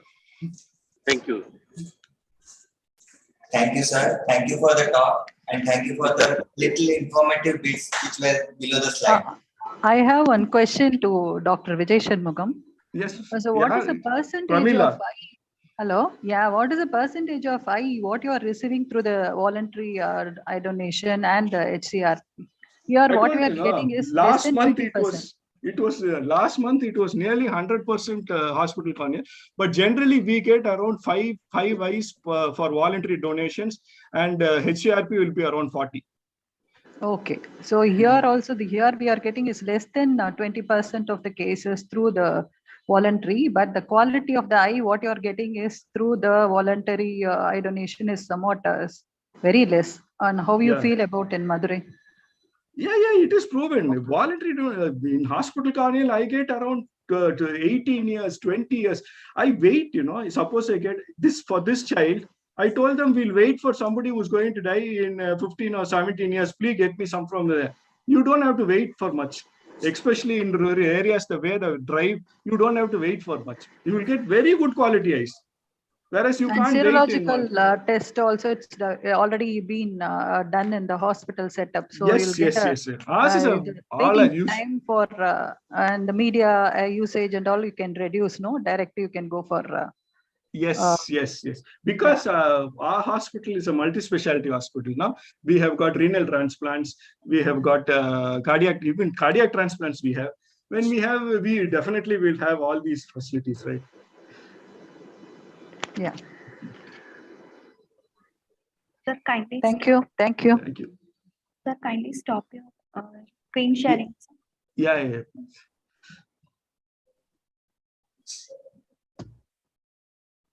Thank you, sir. I would like to ask opinion or comments from other panelists, like experience with the HCRP.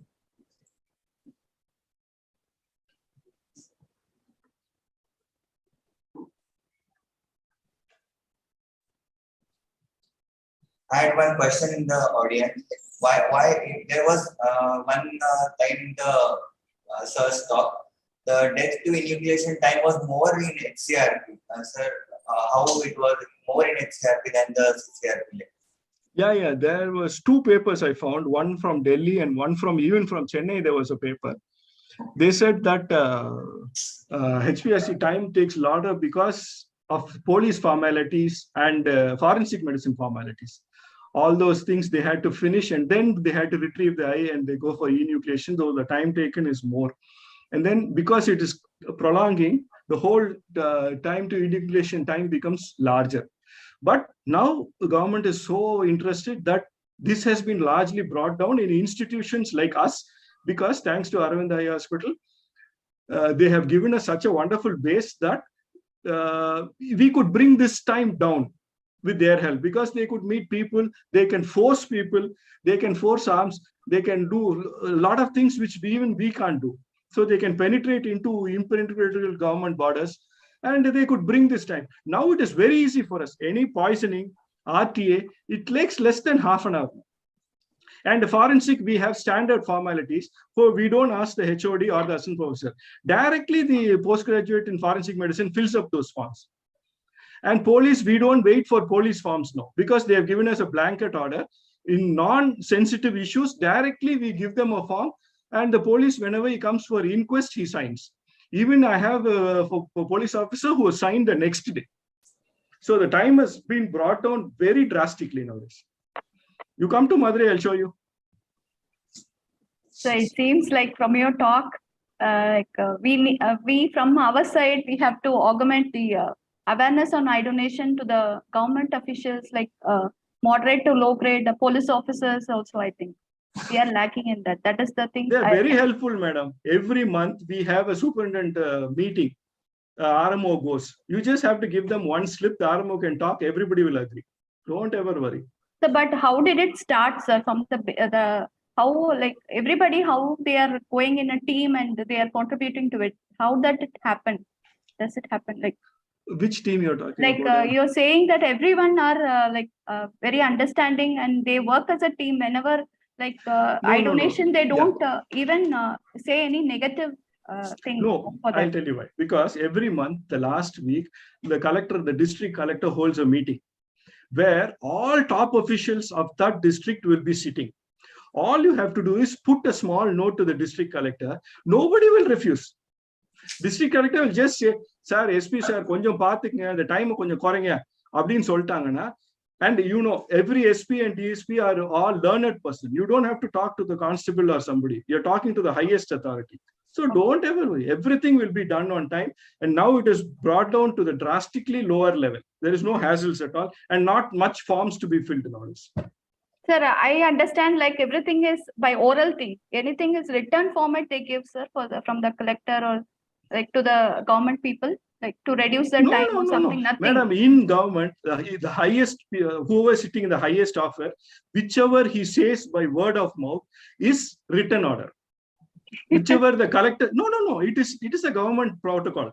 Okay. If the CM says something, it is a written order. Nobody can. No, it should be written on in the FM report that I is enucleated for the donation purpose. That legal procedure and all there for a MLC case. No, there will be a little bit of time delay, but the FM person has to write. Doctor has to write that this eye is donated. That procedure and all will take some time. It's not like word of mouth. We can't just like that go. No.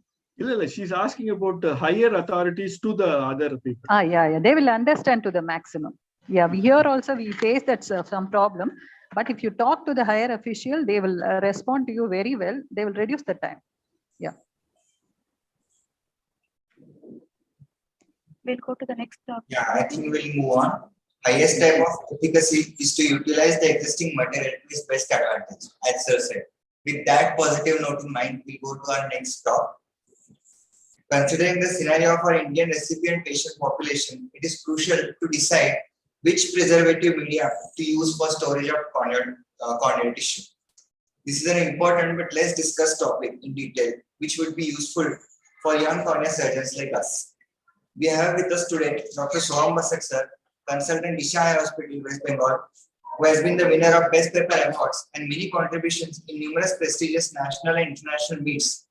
To mention a few, IGO Award in 2019 for prominent article in IGO and Achievement Award in AAO. I would like to further call Dr. Soham Basak sir with the topic Preservative Media, My Preferences. Thank you, Dr. Aditya, for the kind introduction, and very good afternoon, everyone. And my heartfelt thanks to TNOA, RK sir, Anita Madam for inviting me to this talk. Let me just get the slides in order.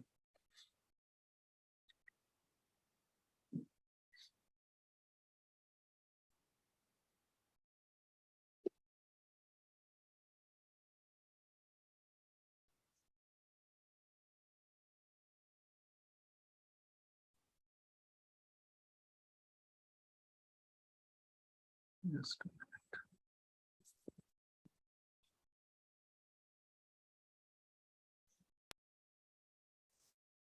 Okay. So I'll be talking about preservative media, my preference. I'll be talking about some commercial products, but I have no financial interest. So starting with, if we look at the evolution of how the corneal storage media came to be. So even though the first successful keratoplasty was done way back in 1906, for almost the first 30 years, we did not have any storage media. Everything was retrieved and transplanted in the same go. So then comes Filatov, who is regarded as the father of eye banking, with the advent of moist chamber, which allows storage for about 24 hours. And then in 1950s came in the cryopreservation. In 1970s, we had the organ culture. And now from 1974, you have the most popular MK medium or the Macquarie and Kaufman medium. And then later in the 1980s and 1990s, we have got the chondroitin sulfate-based media, which is how the modern storage media works. And now in the last decade or so, we have been having further refinements and modifications of these. Now, if we classify these of the storage media based on the timing on how long they can preserve the corneal tissue. So short term is moist chamber and Macquarie Kaufman, which is up to 96 hours in the MK medium. Then we have got the intermediate term. Globally, this is the most popular. However, in India, short term is still most popular. So among these, Optisol GS and our own Cornisol is there. And long term, we have got organ culture, which is popular in Europe.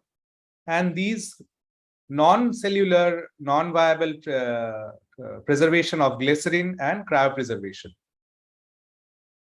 So what should an ideal corneal storage media be? An ideal corneal storage media is one which would allow for at least intermediate storage. It should allow for good endothelial preservation. The tissue at the end of storage, when we are going for surgery, it should be a compact tissue without much folds. It should maintain corneal clarity. It should be affordable and available all the times, especially in India. And most importantly, it should allow for good tissue evaluation, both an eye bank specular and also the slit lamp evaluation that we do. Now, coming to the components of a good corneal storage media, first, most importantly, we have the main substrate or the food for the endothelium and the other corneal cells, antibiotics, and recently some antifungals, pH balance and buffering agents, pH change indicator, again, very important, so that we know if something is going wrong with the metabolism or maybe some growth is there, osmotic and detergent agents. So this is what keeps the tissue compact and clear, and metabolism enhancers, which improves the physiological functioning of the cells. So a bit in short about the MK medium, it was introduced long back in 1974. So we keep the corneal scleral rims in this up to 96 hours. This is hypothermic, not to be frozen in 2 to 8 degrees Celsius. The cost is about 500 rupees per vial and commonly sourced from the Ramayana International Eye Bank at LBP Hyderabad, and also certain eye banks like RT Center and major institutes, they manufacture their own. Composition, it has got the tissue culture medium 199, dextran for detergents, HEPIs and bicarbonate for the buffer, penicillin and streptomycin, good old antibiotics going strong, and phenol red as the pH indicator. And then beyond that, we started going on with the modifications of the chondroitin sulfate. So initially we had the chondroitin sulfate medium, then K-sol and then Dexol, and then finally it evolved to Optisol, which has been popular so far. So this allows increased storage from 4 days to now up to 14 days. Optisol GS is the most popular intermediate storage media globally, allows 14 days. It's imported from the USA, made by Bosch and Lomb. And also you can get this sort of a viewing chamber, which is also good for transporting tissues. Composition wise, it has got TC199 along with BSS and minimum essential medium, 2.5% chondroitin sulfate and 1% dextran, ATP precursors, which improve the cellular functions, some micronutrients, gentamicin and streptomycin, hence the acronym here GS, and phenol red indicator. And now coming to Make in India. So Cornisol is sort of like a spiritual successor of Optisol GS. It has got certain refinements over that, including recombinant human insulin, which improves the nutrient uptake for the corneal cells, and membrane stabilizers and micronutrients, which overall improves the physiological functioning of these cells. So when we are evaluating a tissue, commonly we look at just the eye bank specular, which gives an anatomical picture, and clinically we are seeing in the slit lamp that again is more of an anatomical thing. So behind the scenes, it's actually all these micronutrients and membrane stabilizers, which is making sure that the endothelial cells are functioning as it should, as if it was in the presence of aqueous humor. So again, this is much more affordable than Optisol GS and more readily available. So a little bit more about Cornisol preserved tissues. So compared to McCarrick-Hoffman medium, whenever you are storing tissues in Cornisol, they are more compact. They have minimal to no folds and have excellent tissue clarity, which gives actually a good fast recovery, especially in optical PK. And I should praise the bottle. It has got a beautiful smooth bottom, which allows for very good specular imaging and tissue evaluation. So this is back when I was in Madurai. This was actually my thesis under the guidance of Prajna sir. So we looked at how Cornisol performs compared to Optisol GS in vitro. And if you look at the endothelial cell loss, both are very much comparable. And again, this is the follow-up publication by Gauripriya Madam's team at AMRF. So they looked at the functionality of the cells which are stored in Optisol and Cornisol.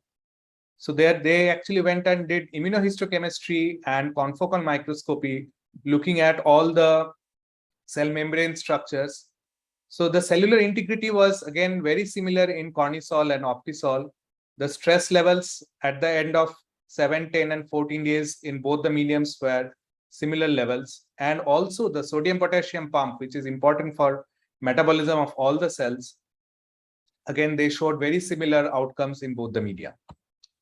And this is from RP Center. This is Dr. TTL and Dr. Namrata Sharma's group.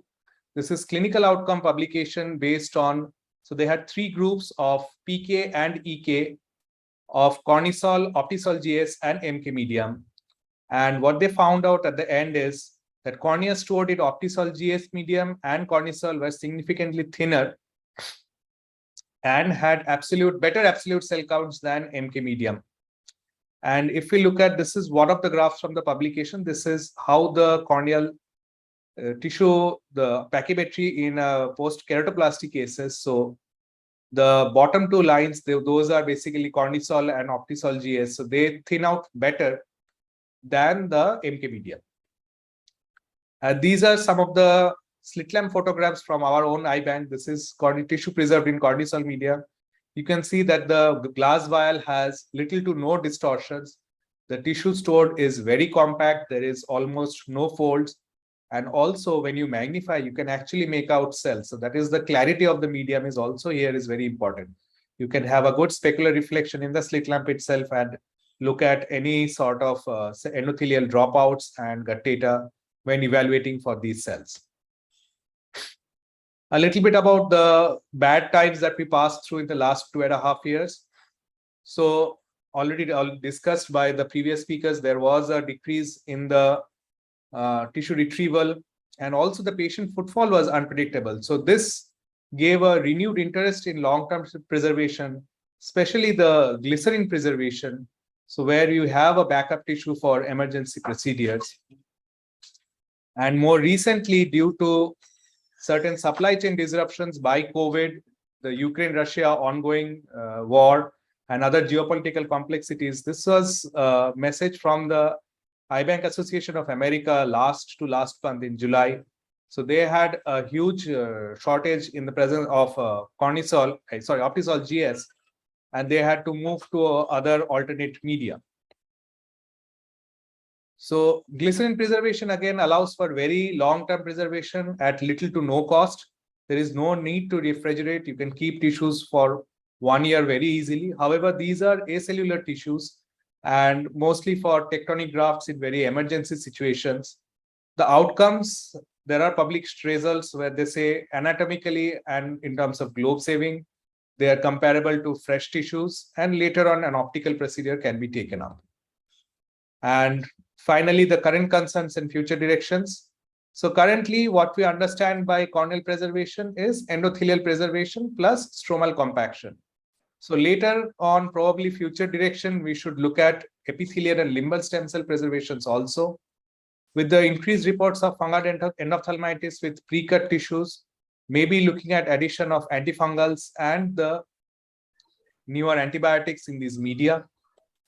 And finally, so the top topic was what is my preference? So actually, it's more of preferences rather than preference. So there should be a balance of affordability, availability, and surgery scheduling. So in high volume situations where you have a patient ready, surgeon is ready, MK medium is adequate.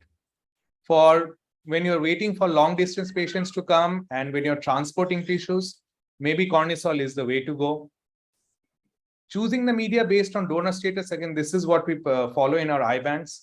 If the donor has previous cataract surgery, elderly donor, little bit dicey cause of death, then we keep the tissue in MK medium. If it is a younger donor, no previous surgery is done, we preserve the tissue in Cornisol.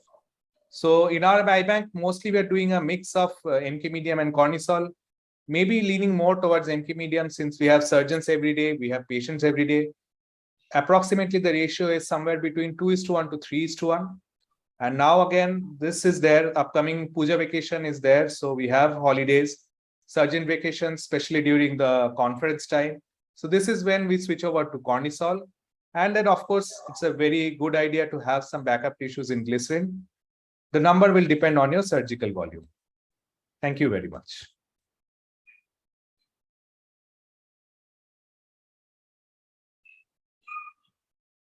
Thank you, sir. That was a very informative talk. I would like to ask you questions. After the tissue has been transported, before that, after the tissue donor, like corneal tissue has been transported, before the transplant, do we have to do decontamination or any test before the transplant to reduce the rate of infections post-transplant? What is your suggestion? So we have been practicing in situ donor collection for almost the last, probably last 8 to 10 years now. So we make sure that during collection itself, we do a thorough irrigation with povidone, iodine, and antibiotics, and then we transport it directly to the media. So there is no intermediate transport media involved in it. We put it directly in the lipid storage media. So, and if there is a intermediate transport medium, like if you're doing a whole globe collection and taking it in a moist chamber, again, making sure that you do a good surface irrigation and povidone iodine wash. So retrieval is never a sterile process. It's as aseptic as it gets. So that's the only thing we can take precautions in terms of that. And in terms of the fungal endophthalmitis rates or the interface infections that is happening, that was mostly reported in US from the pre-cut tissues. So these are tissues which have been repeatedly thawed and cooled. So it's the more of this repeated cycles that have been, sort of been identified as the culprit for the fungal growth. Another concern would be like how we add empirical antibiotic. Can we add any empirical antifungal for the antifungals? Yes. So now a lot of publications are there. They're looking at adding amphotericin B, voriconazole, and even capsofungin. So I think some of them are going ahead with commercialization also. At the time of retrieval, that they add some amount of to make based on the concentration, they'll add some amount of antifungal also. So safety studies, there have been quite a lot already. So we know that the toxicity levels are tolerable. So we can definitely add that. Yes, yes. So did you face any problems with the media as such, like Cornisol or Optisol? any discoloration or something happened, and what did you do for that? So discoloration, if it is any discoloration, you are supposed to discard the tissue because that tells that some pH has gone wrong. So maybe that is either infection or the tissue is not doing something metabolically wrong with the tissue. So better to discard those tissues. Once or twice we had discolorations even prior to use. So then we had the entire batch replaced by the respective supplier. No. Even if we get a young donor? Yes, ma'am.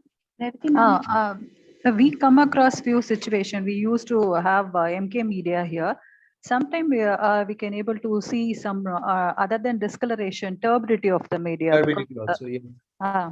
So how will you need to discard, or if the turbidity, madam, what we do is turbidity can be sometimes due to those loose flaky epithelium also. So what we do is we take from using a sterile dropper, we take and we culture the media. Yes, so sir. We wait for 24 to 48 hours. If there is no growth, then we go ahead with tissue utilization. Yeah, we used to do that culture, and then we'll keep that as for next to 24 hours. Okay, fine. Another interesting thing I read in your talks that the mixture of MK medium and the Cornisol, like when do you go for it? Like what is your take on that? So that's more of so Cornisol. If we go with Cornisol alone, then our utilization rate pre-COVID, let's if we look at it, was about between around 70%. So using only Cornisol then becomes hugely expensive. So here we go for the balance of MK medium and Cornisol, as I discussed. So one is donor selection itself. We decide which medium to keep. So if it is a pseudophakic donor, we'll always go for MK medium alone. Phakic donors, Cornisol is preferred, especially if we are based on, say, surgeon scheduling. If a surgeon is on leave, or if you have planned 3 or 4 surgeries, then we go for Cornisol. In vacation time, definitely it's all Cornisol. There is no other way around. Like, or maybe during conference, the AIOS, most of the surgeons are away. So again, we shift to Cornisol during those periods of time. Yes, sir. Thank you. Another question, like a few surgeons I've heard, like my colleagues outside, like they have said that they divide the Cornisol into 2 bottles because of the cost thing. Yes, even I have heard, but I shall refrain from commenting on that. Ideally, you should not. Ideally, it should be 1:1. Okay. Because it's all about providing nutrition to the tissue. So it's just 20 ml of material that you have. So these are designed in such a way to provide metabolites to the endothelial cells and other corneal cells, basically. So if you're dividing it in half, you're basically depriving them nutritionally. So if you're using it very fast, theoretically maybe, but again, the question of maintaining asepsis, everything comes into the picture. Okay. We'll go to the next talk.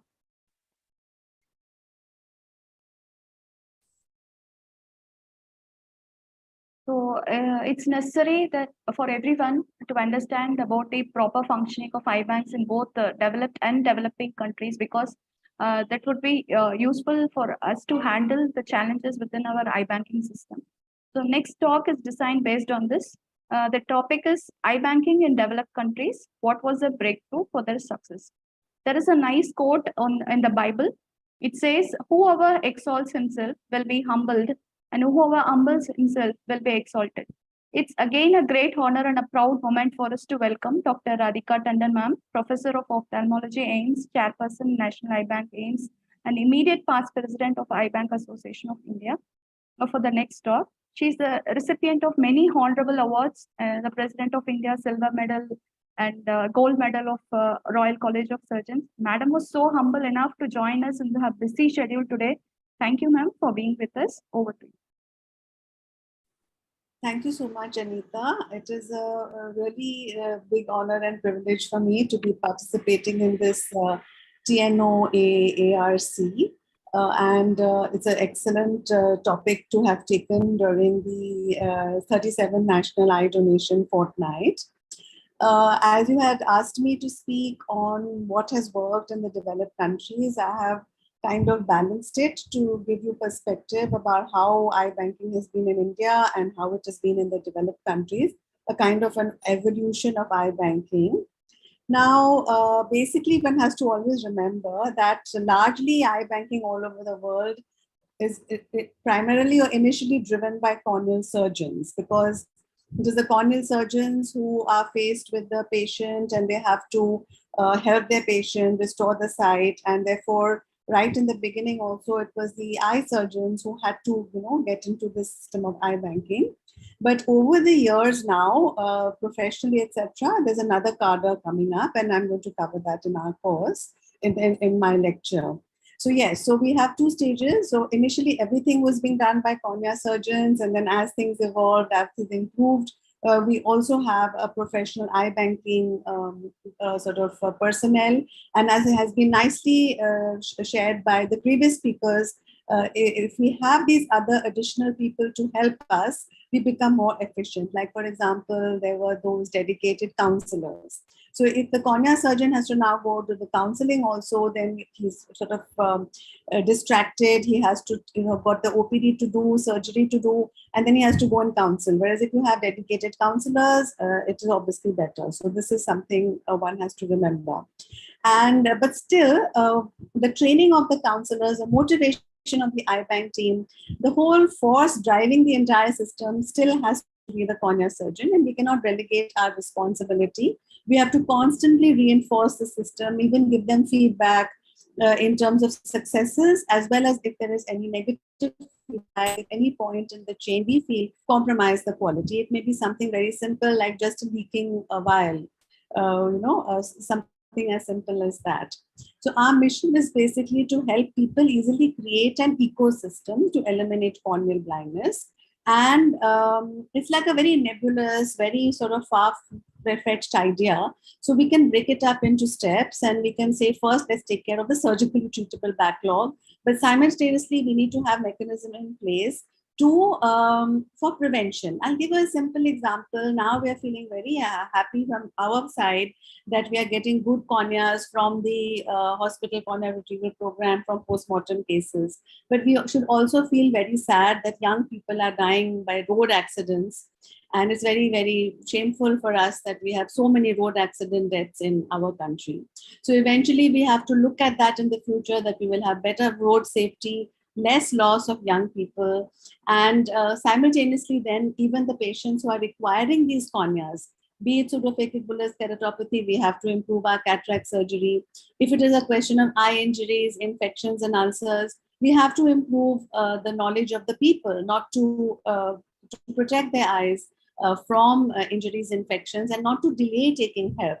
Because even a corneal ulcer, as everybody knows, if properly treated at the proper time, it may not be vision threatening, and it definitely need not be cornea threatening, requiring a corneal transplant. So all of this is something that we need to think of for the future, and periodically always have to do a situational analysis. We have to use existing resources, as has nicely been handled by all the speakers before.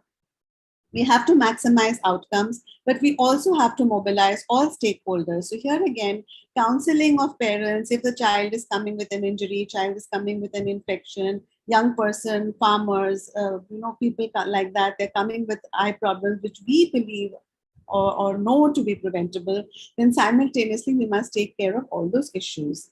So this is what I'm saying, that, this is the very nice quote by this Hungarian doctor: discovery is seeing what everybody else has seen and thinking what nobody else has thought. So constantly we have to think out of the box. We have to look differently. Like, for example, there was a very nice case given of how if you use local knowledge and local power of the leaders, they may be able to bypass the system for certain things, which in another area they may be very rigid. And they may say, no, we have to follow the protocols, and we will definitely go for all written permissions. Whereas somewhere else, if it is local and there is a very good understanding, they may be willing to sign something the next day. So I'm just saying that each place has to work out for its own what is safe and what is doable. Now, another thing we must understand that all over the world, there's a huge burden of corneal blindness, corneal opacity and scarring. And if you look at all these diseases, let us remember that corneal opacity and scarring is often affecting the very young. As has been said before, that almost 50 to 60% of the corneal transplantations in our country, the indication is actually either healed or active keratitis. And so therefore, this is important. And all over the world, when we talk about the data is only as good as what has been provided. So you really do not have data from many parts of the world. So whatever we're talking about is only from the information available, and the rest is actually fill up the gaps.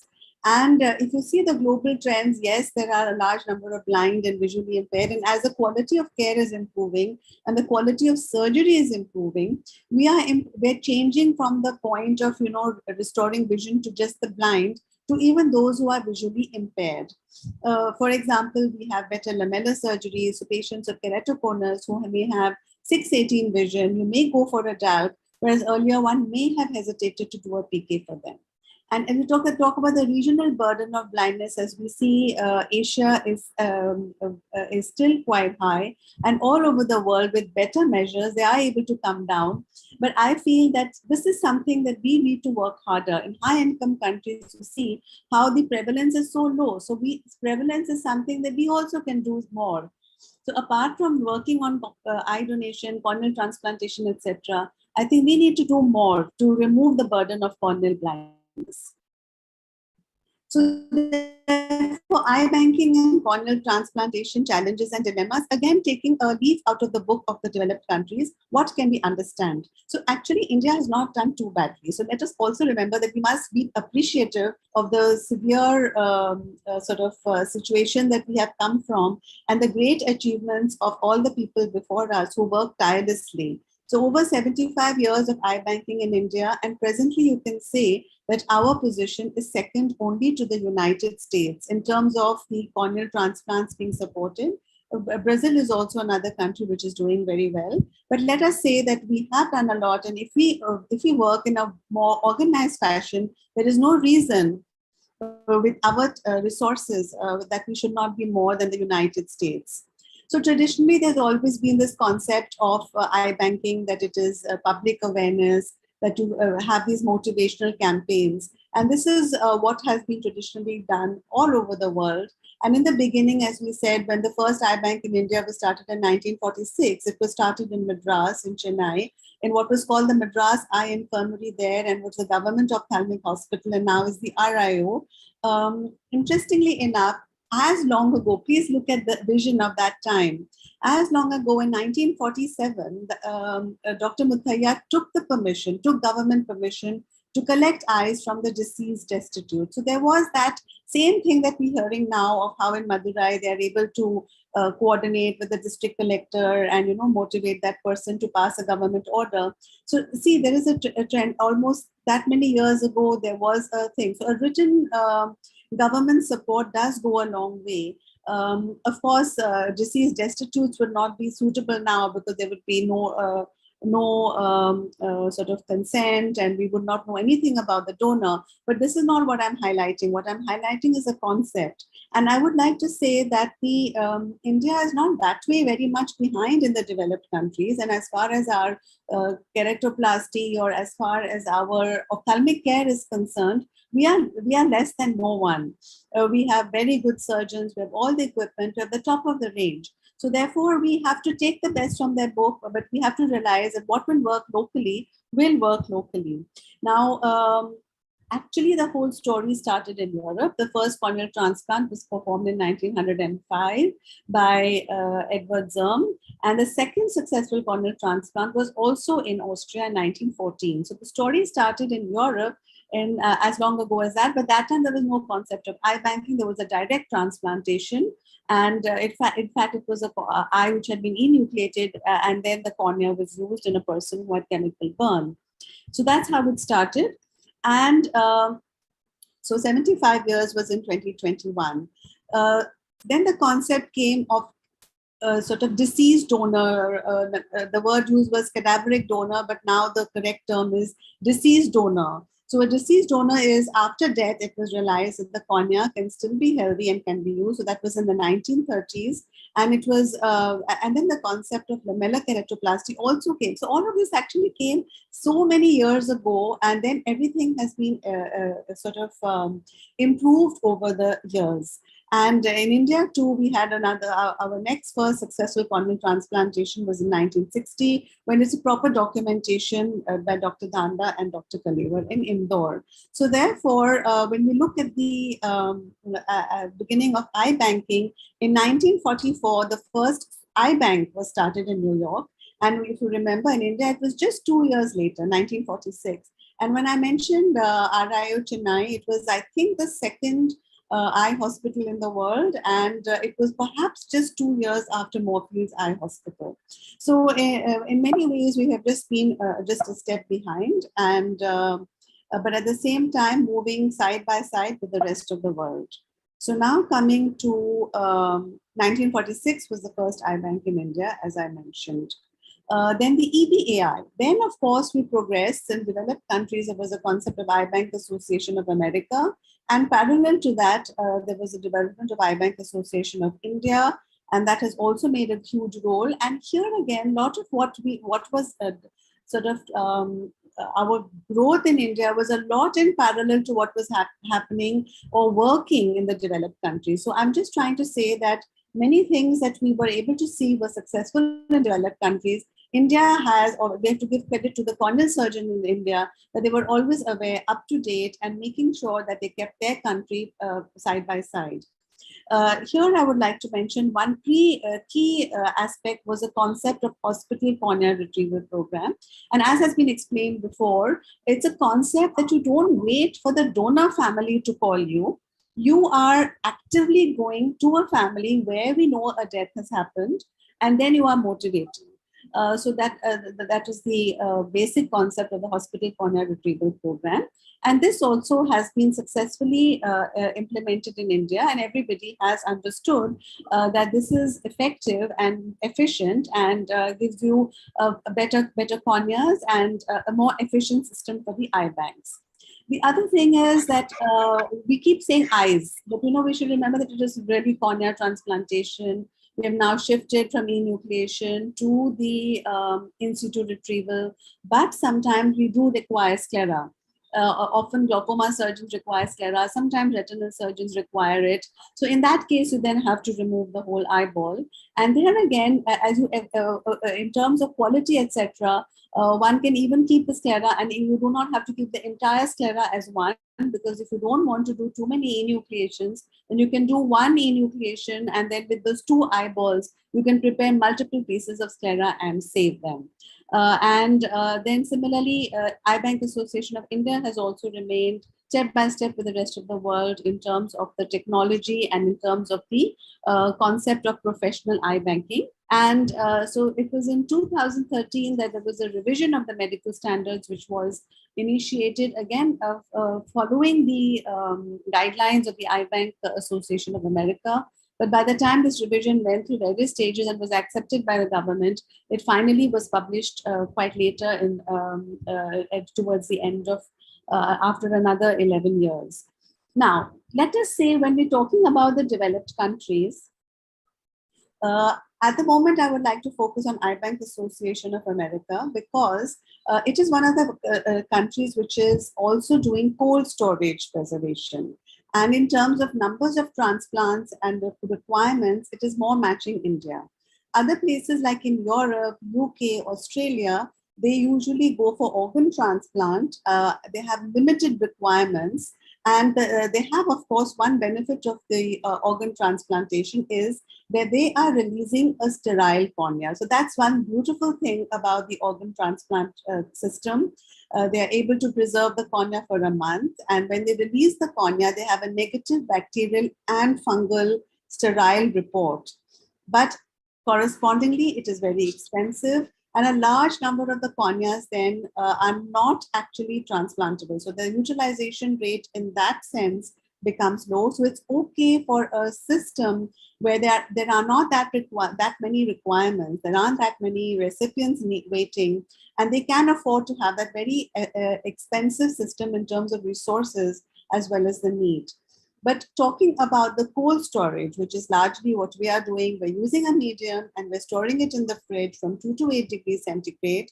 We are disinfecting the tissue in every way we can, but we are not guaranteeing that it is a sterile tissue. We are not having a negative bacterial and fungal report before we're releasing it for clinical use. We have very strict protocols. We ensure that all safety measures are met, but there's a little difference. So that is why I thought in terms of which country we should look at the moment, it is therefore America. And one thing I feel which has made a huge difference is professionalism. When I say professionalism is that they're very cut and dry about the way they go about things. So they will divide it into different functions. They will use different people for the different functions, and they'll have a tech recovery person, they'll have a different person for screening the donor records, a different person for coordinating the distribution, a different person for assessing the donor corneas. And they will be very professional in their approach. So if they feel that they do not have any requirement of tissues which are non-optical grade, then they will clearly take the consent for research, or they will not, take tissue just for the sake of taking the tissue. So therefore, their utilization rate is therefore higher. It was a little bit embarrassing to say that we used to have 40 to 50% utilization. And if you take a country which is collecting 50,000, almost 20,000 corneas per year were being discarded in our country, which is not correct. So we need to look at that. Every eye bank needs to make sure that a tissue which is collected is transplantable. The only non-transplantable tissue would be if the donor is serology positive, or there's an absolute contraindication, such as the risk of rabies or so on. Every other tissue, even if it's non-optical grade but is transplantable, has to be placed for a recipient. You may put it in glycerol, you may contact the medical college if they have a requirement for therapeutic keratoplasty, but every tissue which is not contraindicated medically has to be transplanted, and every effort should be made. The other thing is that what has really made a lot of difference is first person consent. So first person consent, have it on the driving license. And if you have a written consent or a pledge of the donor, it's enough for the eye bank to take that tissue. Of course, the eye bank will always make every effort to contact the family. So say there is an accident, the eye bank is notified, and at that time, the family member is not present there physically, but there is a donor consent on the driving license. Then they will ring up the family and say, I'm calling on behalf of the so-and-so eye bank, and we're very sorry to hear that this relative has died, but were you aware that this person was a donor? Were you aware that that was his wish? And if they were aware, they said, would you like us to continue because we have the consent form? And if they were not aware, they say, well, the person has a donor form and then we would like to go ahead. And if they're not able to contact the family member for some reason, the next of kin, then they will still go ahead based on that donor card, but they will document it and keep trying the family later on.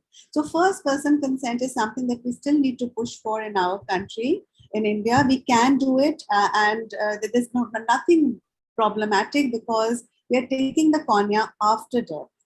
Nobody is taking it from a living person. So taking the cornea after death is not an issue, and we really need to work, get this forward. Then the other thing is required requests. So we do have mandatory required requests now in our law, but that is specifying only ICU deaths. So here again, from the cornea point of view, we need to say that it should be required request for every death in the hospital or any death. And correspondingly, if we have to make a required request, then the eye bank has to be notified. So there has to be mandatory death notification. And it's not only the fact that they have these laws in place, but they have mechanisms to ensure it. Like, for example, if any hospital has to have its license renewed, or it has to have its tax rebate, or it has to have its permission for anything, they will check that you had 100 deaths, show us the proof. that you have informed and show us the proof that the required request was made. So it's not difficult. It's just an administrative decision. And that's something they're very particular. That again would go back to professionalism. They're very, very particular in checking up something. There's no emotion involved, no feeling of, that what will they say, etc. They're very clear that this is to be done. They're very convinced that eye donation is good for the recipient, and they're very convinced that eye donation is actually good for the donor family as well. They feel better that they've done something good and there is no harm at all to the person who is dying. So this is something that we need to be convinced ourselves and convince everybody. And then the other thing is accreditation. So technically, we don't really have accreditation the way it should be. We've tried very hard. We've got it done. We've got the paperwork done and NABH. But accreditation is not mandatory. We really depend on every eye bank following the norms. So to some extent, with the Human Organ Transplant and Tissues Act, there is a legal requirement and there is certain level of maintaining of standards. But for true accreditation, everything needs to be looked at more carefully. And in Eye Bank Association of America, it is the EBAA itself which is empowered to do the accreditation. Whereas that is not so. We have not been very, I don't consider that we have been very successful in getting this accreditation aspect done. And that would also make a lot of difference because again, the very good eye banks are doing well, but if you have accreditation, then even the other not so good eye banks can give good quality tissues and they can give a better contribution than what is happening so far. So what has been achieved? Yes, let us be positive. There are so many children who are getting transplanted with good results. This is a child with keratoconus, both eyes transplanted. Of course, the child has had a squint, there's a discrepancy in the vision and is on occlusion. But we are able to give this kind of, we could never have operated a child like this with a cornea, which was 80 or 90-year-old natural death. So it is from the younger corneas. Of course, it's very unfortunate that young people are dying, but at least in that process, we are able to give the cornea or new life to the younger person. And I would like that we eliminate all the children's requirements of transplant, which are of preventable causes. So we should not have any more vitamin E deficiency, which still happens in North India. We should not have any more penetrating eye injuries, perforating injuries, firecracker, chemical burns.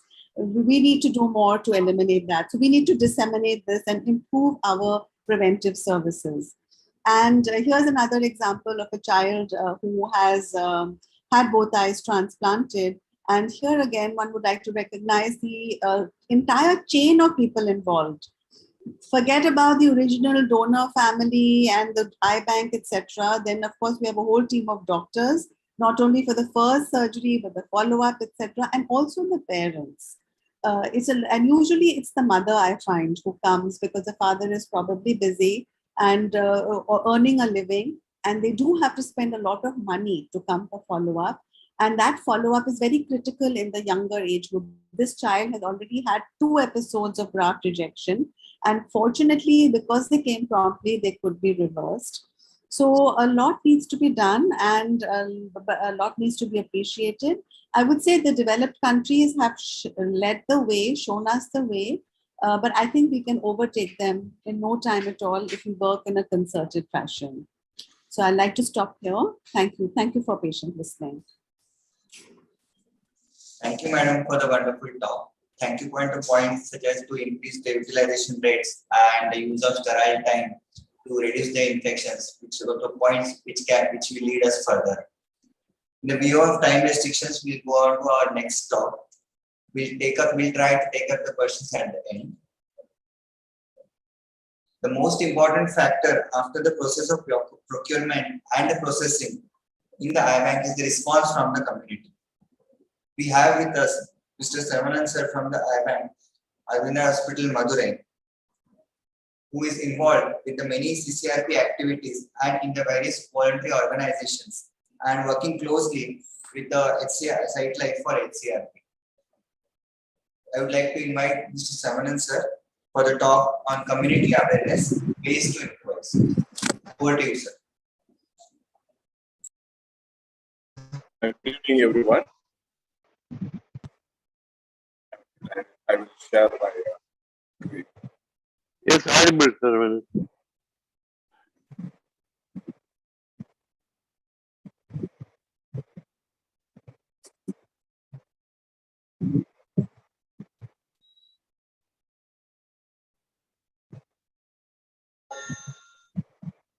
So, good evening, everyone. I'm going to talk about the community awareness and ways to improvise. So, the awareness program basically we are using it to educate the larger level group. So, the need for creating awareness, basically, there is a huge demand and supply difference in eye banking. As we stated for last decade itself, we have used to mention that 1 lakh population they are waiting for corneal surgery. Still, there should be a huge demand. So we have to definitely create awareness of the donor pool, and we have to there is the need to reach the unreached people and service delivery gap. There is a need of more service delivery organization to meet the demand and supply, and there should be a myths and misconception among the community. Definitely, we have to we have to sort it out. Organizing a lot of social awareness programs like rallies, pledging programs, and campaigns like signature, pamphlet, and competition, testimony sharing, events, and dramas and street plays. So we're using a lot of awareness, and we have also we can use all the medias like electronic media, TV, radios, and print medias like newspaper, books, brochures. So the social media also we have to use it because a lot of people nowadays they are using social media like Facebook, WhatsApp, and YouTube. So this is the question I have received from Dr. MS sir. Recently he asked that we have been creating awareness for last 4 decades, but we were not able to exceed more than 60,000 eye collection. So I mean, his question is, I mean, creating a lot of things. One is there should be a need of new strategies, and there should be a need of focus to connect the primary stakeholders through awareness. Usually, IPAC, so we are closely working with the larger community, and it's the right time to working with the secondary stakeholders and primary stakeholders. We have to working with the primary stakeholders through the secondary stakeholders. That is the primary need. So we have to focus on the primary stakeholders. So the first one is hospital cornea retrieval. So usually we are concentrating on high and middle mortality hospitals, but we didn't, focus on the low mortality hospitals. So nowadays there is a strategy called as low chain hospital awareness program. So we are creating awareness among the low mortality hospitals, and we are bringing the volunteers through that. We are reaching out the primary hospitals, primary donors, and the donor family members at the low hospital. Low mortality hospital. So we are continually involved them. We have developed a volunteers team, and we display a lot of posters at their hospital. It really helps us to reach out to primary donors, primary stakeholders through the low mortality hospital. The other program, community hospital model. Here we are targeting the urban health post and primary health center. So here we are providing awareness to the multi-purpose health worker community nurses who are working in the urban health post and health centers. And based on through them, we are reaching out the deaths in the primary health center and urban health. So this is really help us to concentrate on the community level deaths, and we are concentrating on a lot of awareness programs. So this referral model really has helped us to get a lot of death referrals from community to IPAC. So this is again funeral service providers. They are the main source for the referring disease and disease context to the eye bankers. So we have to focus on the ambulance drivers, freezer box service providers, and flex printers. So they are primarily connect with the disease family members. If you are sensitize them, they can able to refer the cases to us. So likewise, we are reaching out to primary stakeholders through the funeral service providers. So the main thing is we have to develop a continuous rapport, continuous education about them, and we should acknowledge their work without any competition. So the next model, the search model. So nowadays the search, so all the Christians, if they come across any death, immediately they should notify the churches. So the church, they are offer grief counseling to the church believers. So here we have to tap this model to reach out the primary stakeholders. So we have to properly educate our eye donation program awareness among them. And this is a larger potential. We have to get larger potential cases through this program. So we have to be connect with them, and if you are properly sensitize them, definitely we will get a lot of primary donors pulled to IBAN. The crematorium model, so this is a very successful model in Nepal, and we have to display the information about the crematorium. If the donor families, if the deceased family members, if they want to donate the rice, they can, contact. They have to get a number from the display, from the awareness board, as well as they have to contact the local contact person. And if they are having a willingness, immediately we have to offer a telecounseling to them to get all the referrals from the crematorium. So awareness program, whether it's a costly. So as we suggested, nowadays we have to organize a zero cost or low cost program. We have to avoid an exclusive program for eye donation because it's very costliest one. So we have to access the existing meeting of the company's hospital line. Just we need a half an hour to 1 hour session to the existing meeting. It's really help us to avoid unnecessary costs related to program organizing and offering that refreshment expenses.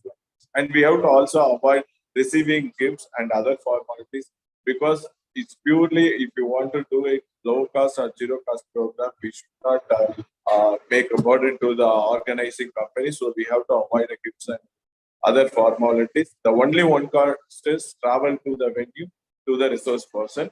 So otherwise, we should not spend unnecessary money for awareness program. It's really a good way to sustain our awareness program, and it should we should have focus on a continuous focus. A continuous focus is needed in eye donation. It should not be a one time. So thank you for your time and the opportunity. Thank you, sir. Thank you so much. Any inputs or thoughts from the panelists? Otherwise, we'll wind up. It's already 6:07. Anything, Dr. MS sir is there? MS? Sir, I request MS sir for the concluding remarks as well. Sir is Yeah. disconnected. I'm here. I'm sorry. Yes. Okay. So, I think this is the first time TNOA is organizing this kind of webinar. See, mostly they concentrate on cataracts, IOLs, and glaucoma, all those things. But this is the first time, and I thank the President, Dr. Ramakrishnan, and other his colleagues, office bearers, for having this webinar, particularly during eye donation fortnight. So as Dr. Sanmohan told, so we all should concentrate on HCRP. Voluntary donation is there. You encourage, never discourage, accept the tissue. Quality may be poor. Still, we need a lot of corneas for research and wet lab training, all those things. It's not wasted. But to have a higher utility rate, you have to concentrate on HCRP. I once again thank TNOA members and Anita and other faculty who helped to run this show. Thank you. Thank you, sir. Really, it's a wonderful webinar. We learned a lot, and also it's very apt that we have arranged this webinar and the occasion of National Eye Donation. Another important thing is we had faculties from Delhi to help. Yes, yeah. That's really, all the credit goes to you, Anita, because you have done a wonderful job of coordinating everything. You and Aditya and also Atik. I'm really happy.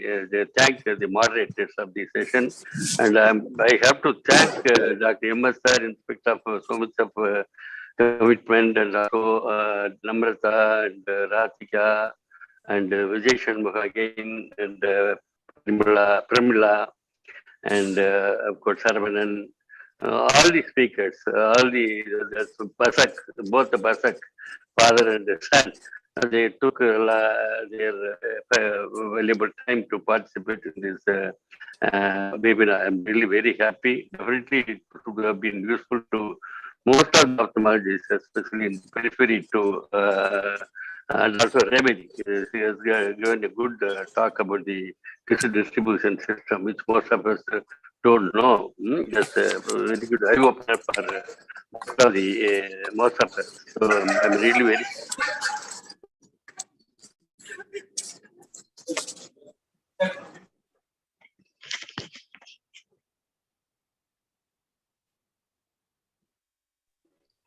Thank you, sir. Just now I request our Honorable Secretary of TNOA, Dr. Sriram Gopal, to give a vote of thanks. At this point of time, I have to thank Neurotech for their wonderful cooperation, and without any hurdle, no, we told for 3 hours. It was very nice, and also I have to thank the sponsor, that Microvision, for sponsoring this webinar. Sriram Gopal, vote of thanks. Yes, sir. So my video will not be on because I'm outside. My connectivity is poor. But I think you already given a very good vote of thanks. So you literally thanked everybody in the panel. No, says you got to thank. Yeah. So thank you. First, my first thanks to our beloved president for thinking of this such a wonderful program. And as the MSR said, we don't get such things. Especially for people who are outside Cornea like us, it's after a long time we hear these kind of things, and we are educated actually. People who are out of Cornea, we are getting educated. Thank other panelists, Srinivasan sir, Namrata Sharma madam, Pramila madam, and Dr. Samar Basak, and my dear friend Thiru. Big thanks to all the speakers other than the panelists, Revati madam, Dr. Vijay Shanmugam, Dr. Sohan Basak, Dr. Adhika Tandon, and Dr. Mr. Saravanan. And big thanks to our sponsors and Numerotech who helped us in support. And last but not the least, the two moderators, Dr. Anita and Dr. Aditya, and our ever-involved ARC chairman, Dr. Atik as well. Thank you one and all. Thank you so much. Thank you, sir. Thank you all. And definitely. Hear me because my signal is very bad. Yeah, of course, yeah. Okay. Thank you, sir. Thank you, everybody. Thank you. Thank you, sir. Thanks a lot. Thank you, Pramila. Thank you. Thank you. Thank you, sir.